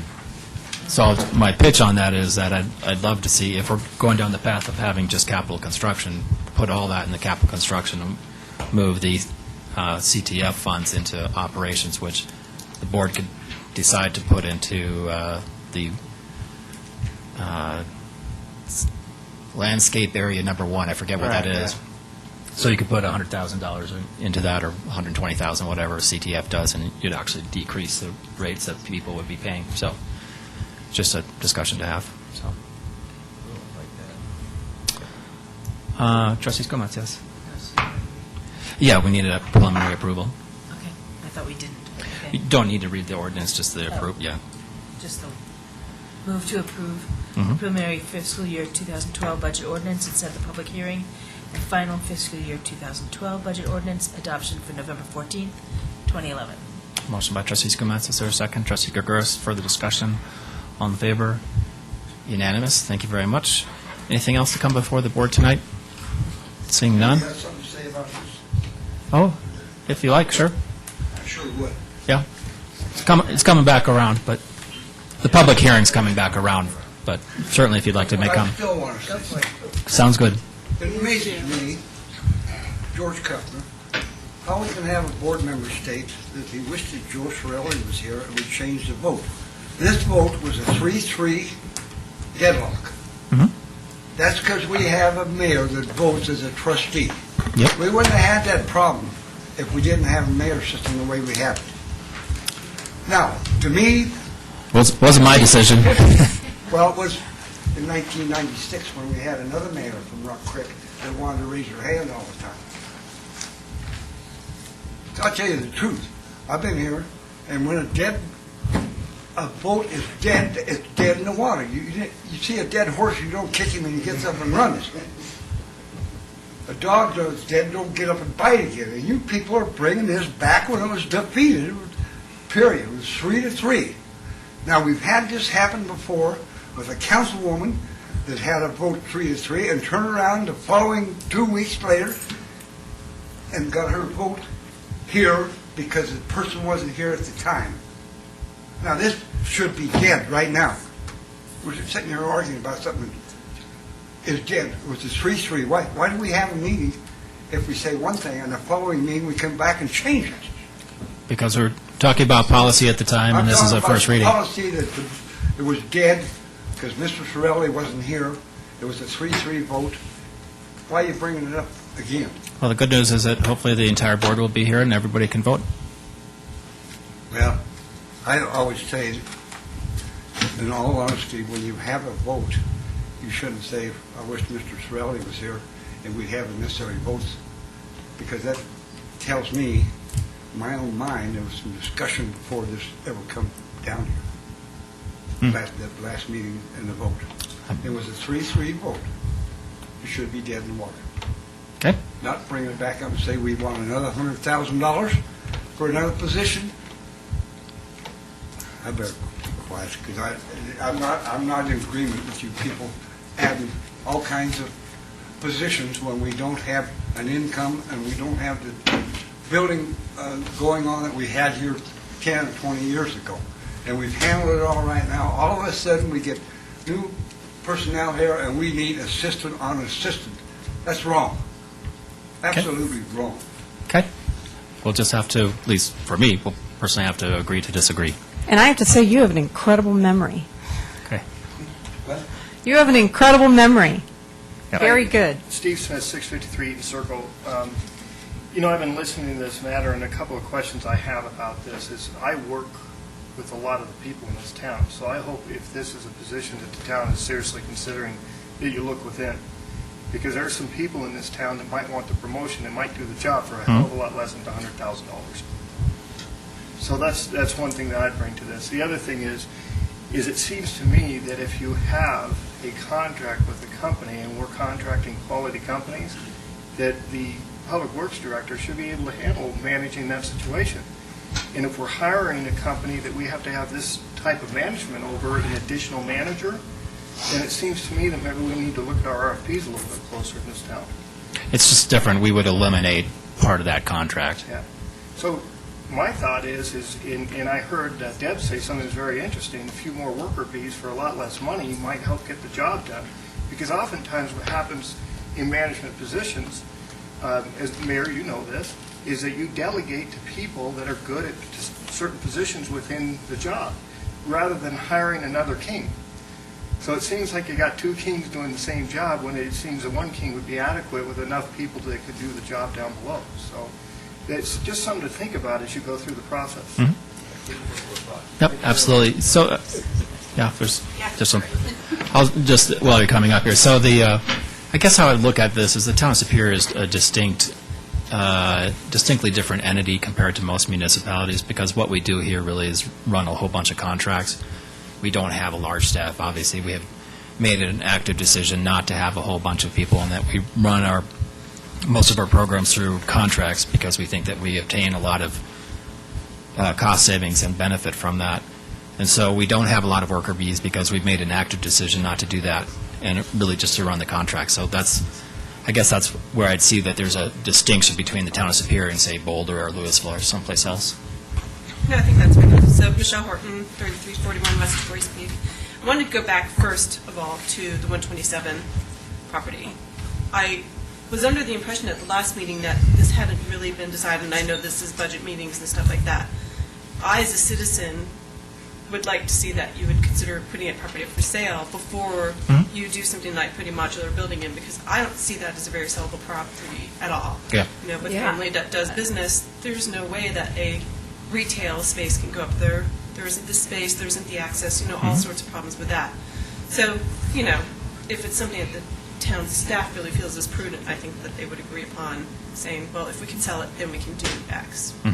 I think that's fair enough. Yep. And I would like that to be looked at. I think that's very fair. Yeah. And then back to the new position, I actually tend to agree with the mayor on whether or not, you know, we need an additional person. I can see the benefit savings of not contracting out something, bringing it in-house, and I agree what you're saying with the worker bees, that you don't want all these layers of people. But when I talked to a few of the town residents about what I heard at the last meeting, everybody said the same thing, that these positions, this events volunteer coordinator and this project manager, all seem like very low-level requirement type of jobs. And maybe there's just something that we're not privy to as the public that you are as the board members. But that would be my perception, is that maybe you need to look at condensing these. Maybe one person can actually do both of these jobs. And, you know, the town manager might have another impression of that, but you know, people can get really creative when they sort of really think about the big dollar sign. So, and I know everybody's going to look at that, but you've got to look at that part of it, because I think that people know that you're overworked, but it just, having a person that's event volunteer coordinator, I'm like, this is a very sporadic, seasonal type of thing, as are some of the things that would come in under the project manager. So I think a well-versed person could be looked at differently for that. Trustee Gagos, Trustee Williams. I mean, Michelle, you bring up some very good points. I think there's two positions that have different skills set, so it might not be the same person, but I think Trustee Skumas and I, asking you, Matt, to just maybe next time, maybe clarify it more. It seems the public is confused. It's a lot of money. What will these people do exactly that would justify the kind of salaries? And I just think we need more clarification. I'm leaning more towards it, but I just need to understand it better. So I think that there is a job description thing that maybe could be attached to the next, that you sent to the board, just attach it to the... Mike already. Can I Yes, Trustee Gagos? No, you brought up staff's overworked, 25% more than, and you don't want to have another year, especially as we're going in towards finishing Town 9. But I'm wondering, so is this like a one-year project manager position when Town 9 is finished? What about 2013, if there isn't anything big going on in town? Is this person going to be let go? I'm not quite sure. No, I mean, the 5-year capital plan is $45 million over the next 5 years being spent on capital improvement projects. Okay, so it's not just... No. And hopefully the town center then is moving forward, and then we're talking huge dollars. Yeah. Okay, I just want to understand. Yeah. Okay. A good example would have been if all of you could have spent your days with Martin and Alan on the 3 Parks project. You would have a good idea. But we'll try to get you what we can. Trustee Williams. So I will follow up on that comment then. I would unequivocally support a position like project coordinator that isn't a management level position at $100,000 a year. More of a worker bee, someone under the 100K level. So that I would support. And I certainly unbelievably support any help for the Parks and Recs Department. I completely support that, but that's as far as I go. Trustee Skumas? And the 2 positions that were over the 100% time, the 25%, were the parks and the public works. That's where we were thinking about these would be spending the majority of the time, from the discussion last time. All right. Unless there's any further discussion needed right now, we could probably wrap this up. Anything else to come before the town board tonight? Seeing none, meeting adjourned. Thank you, everybody. Oh,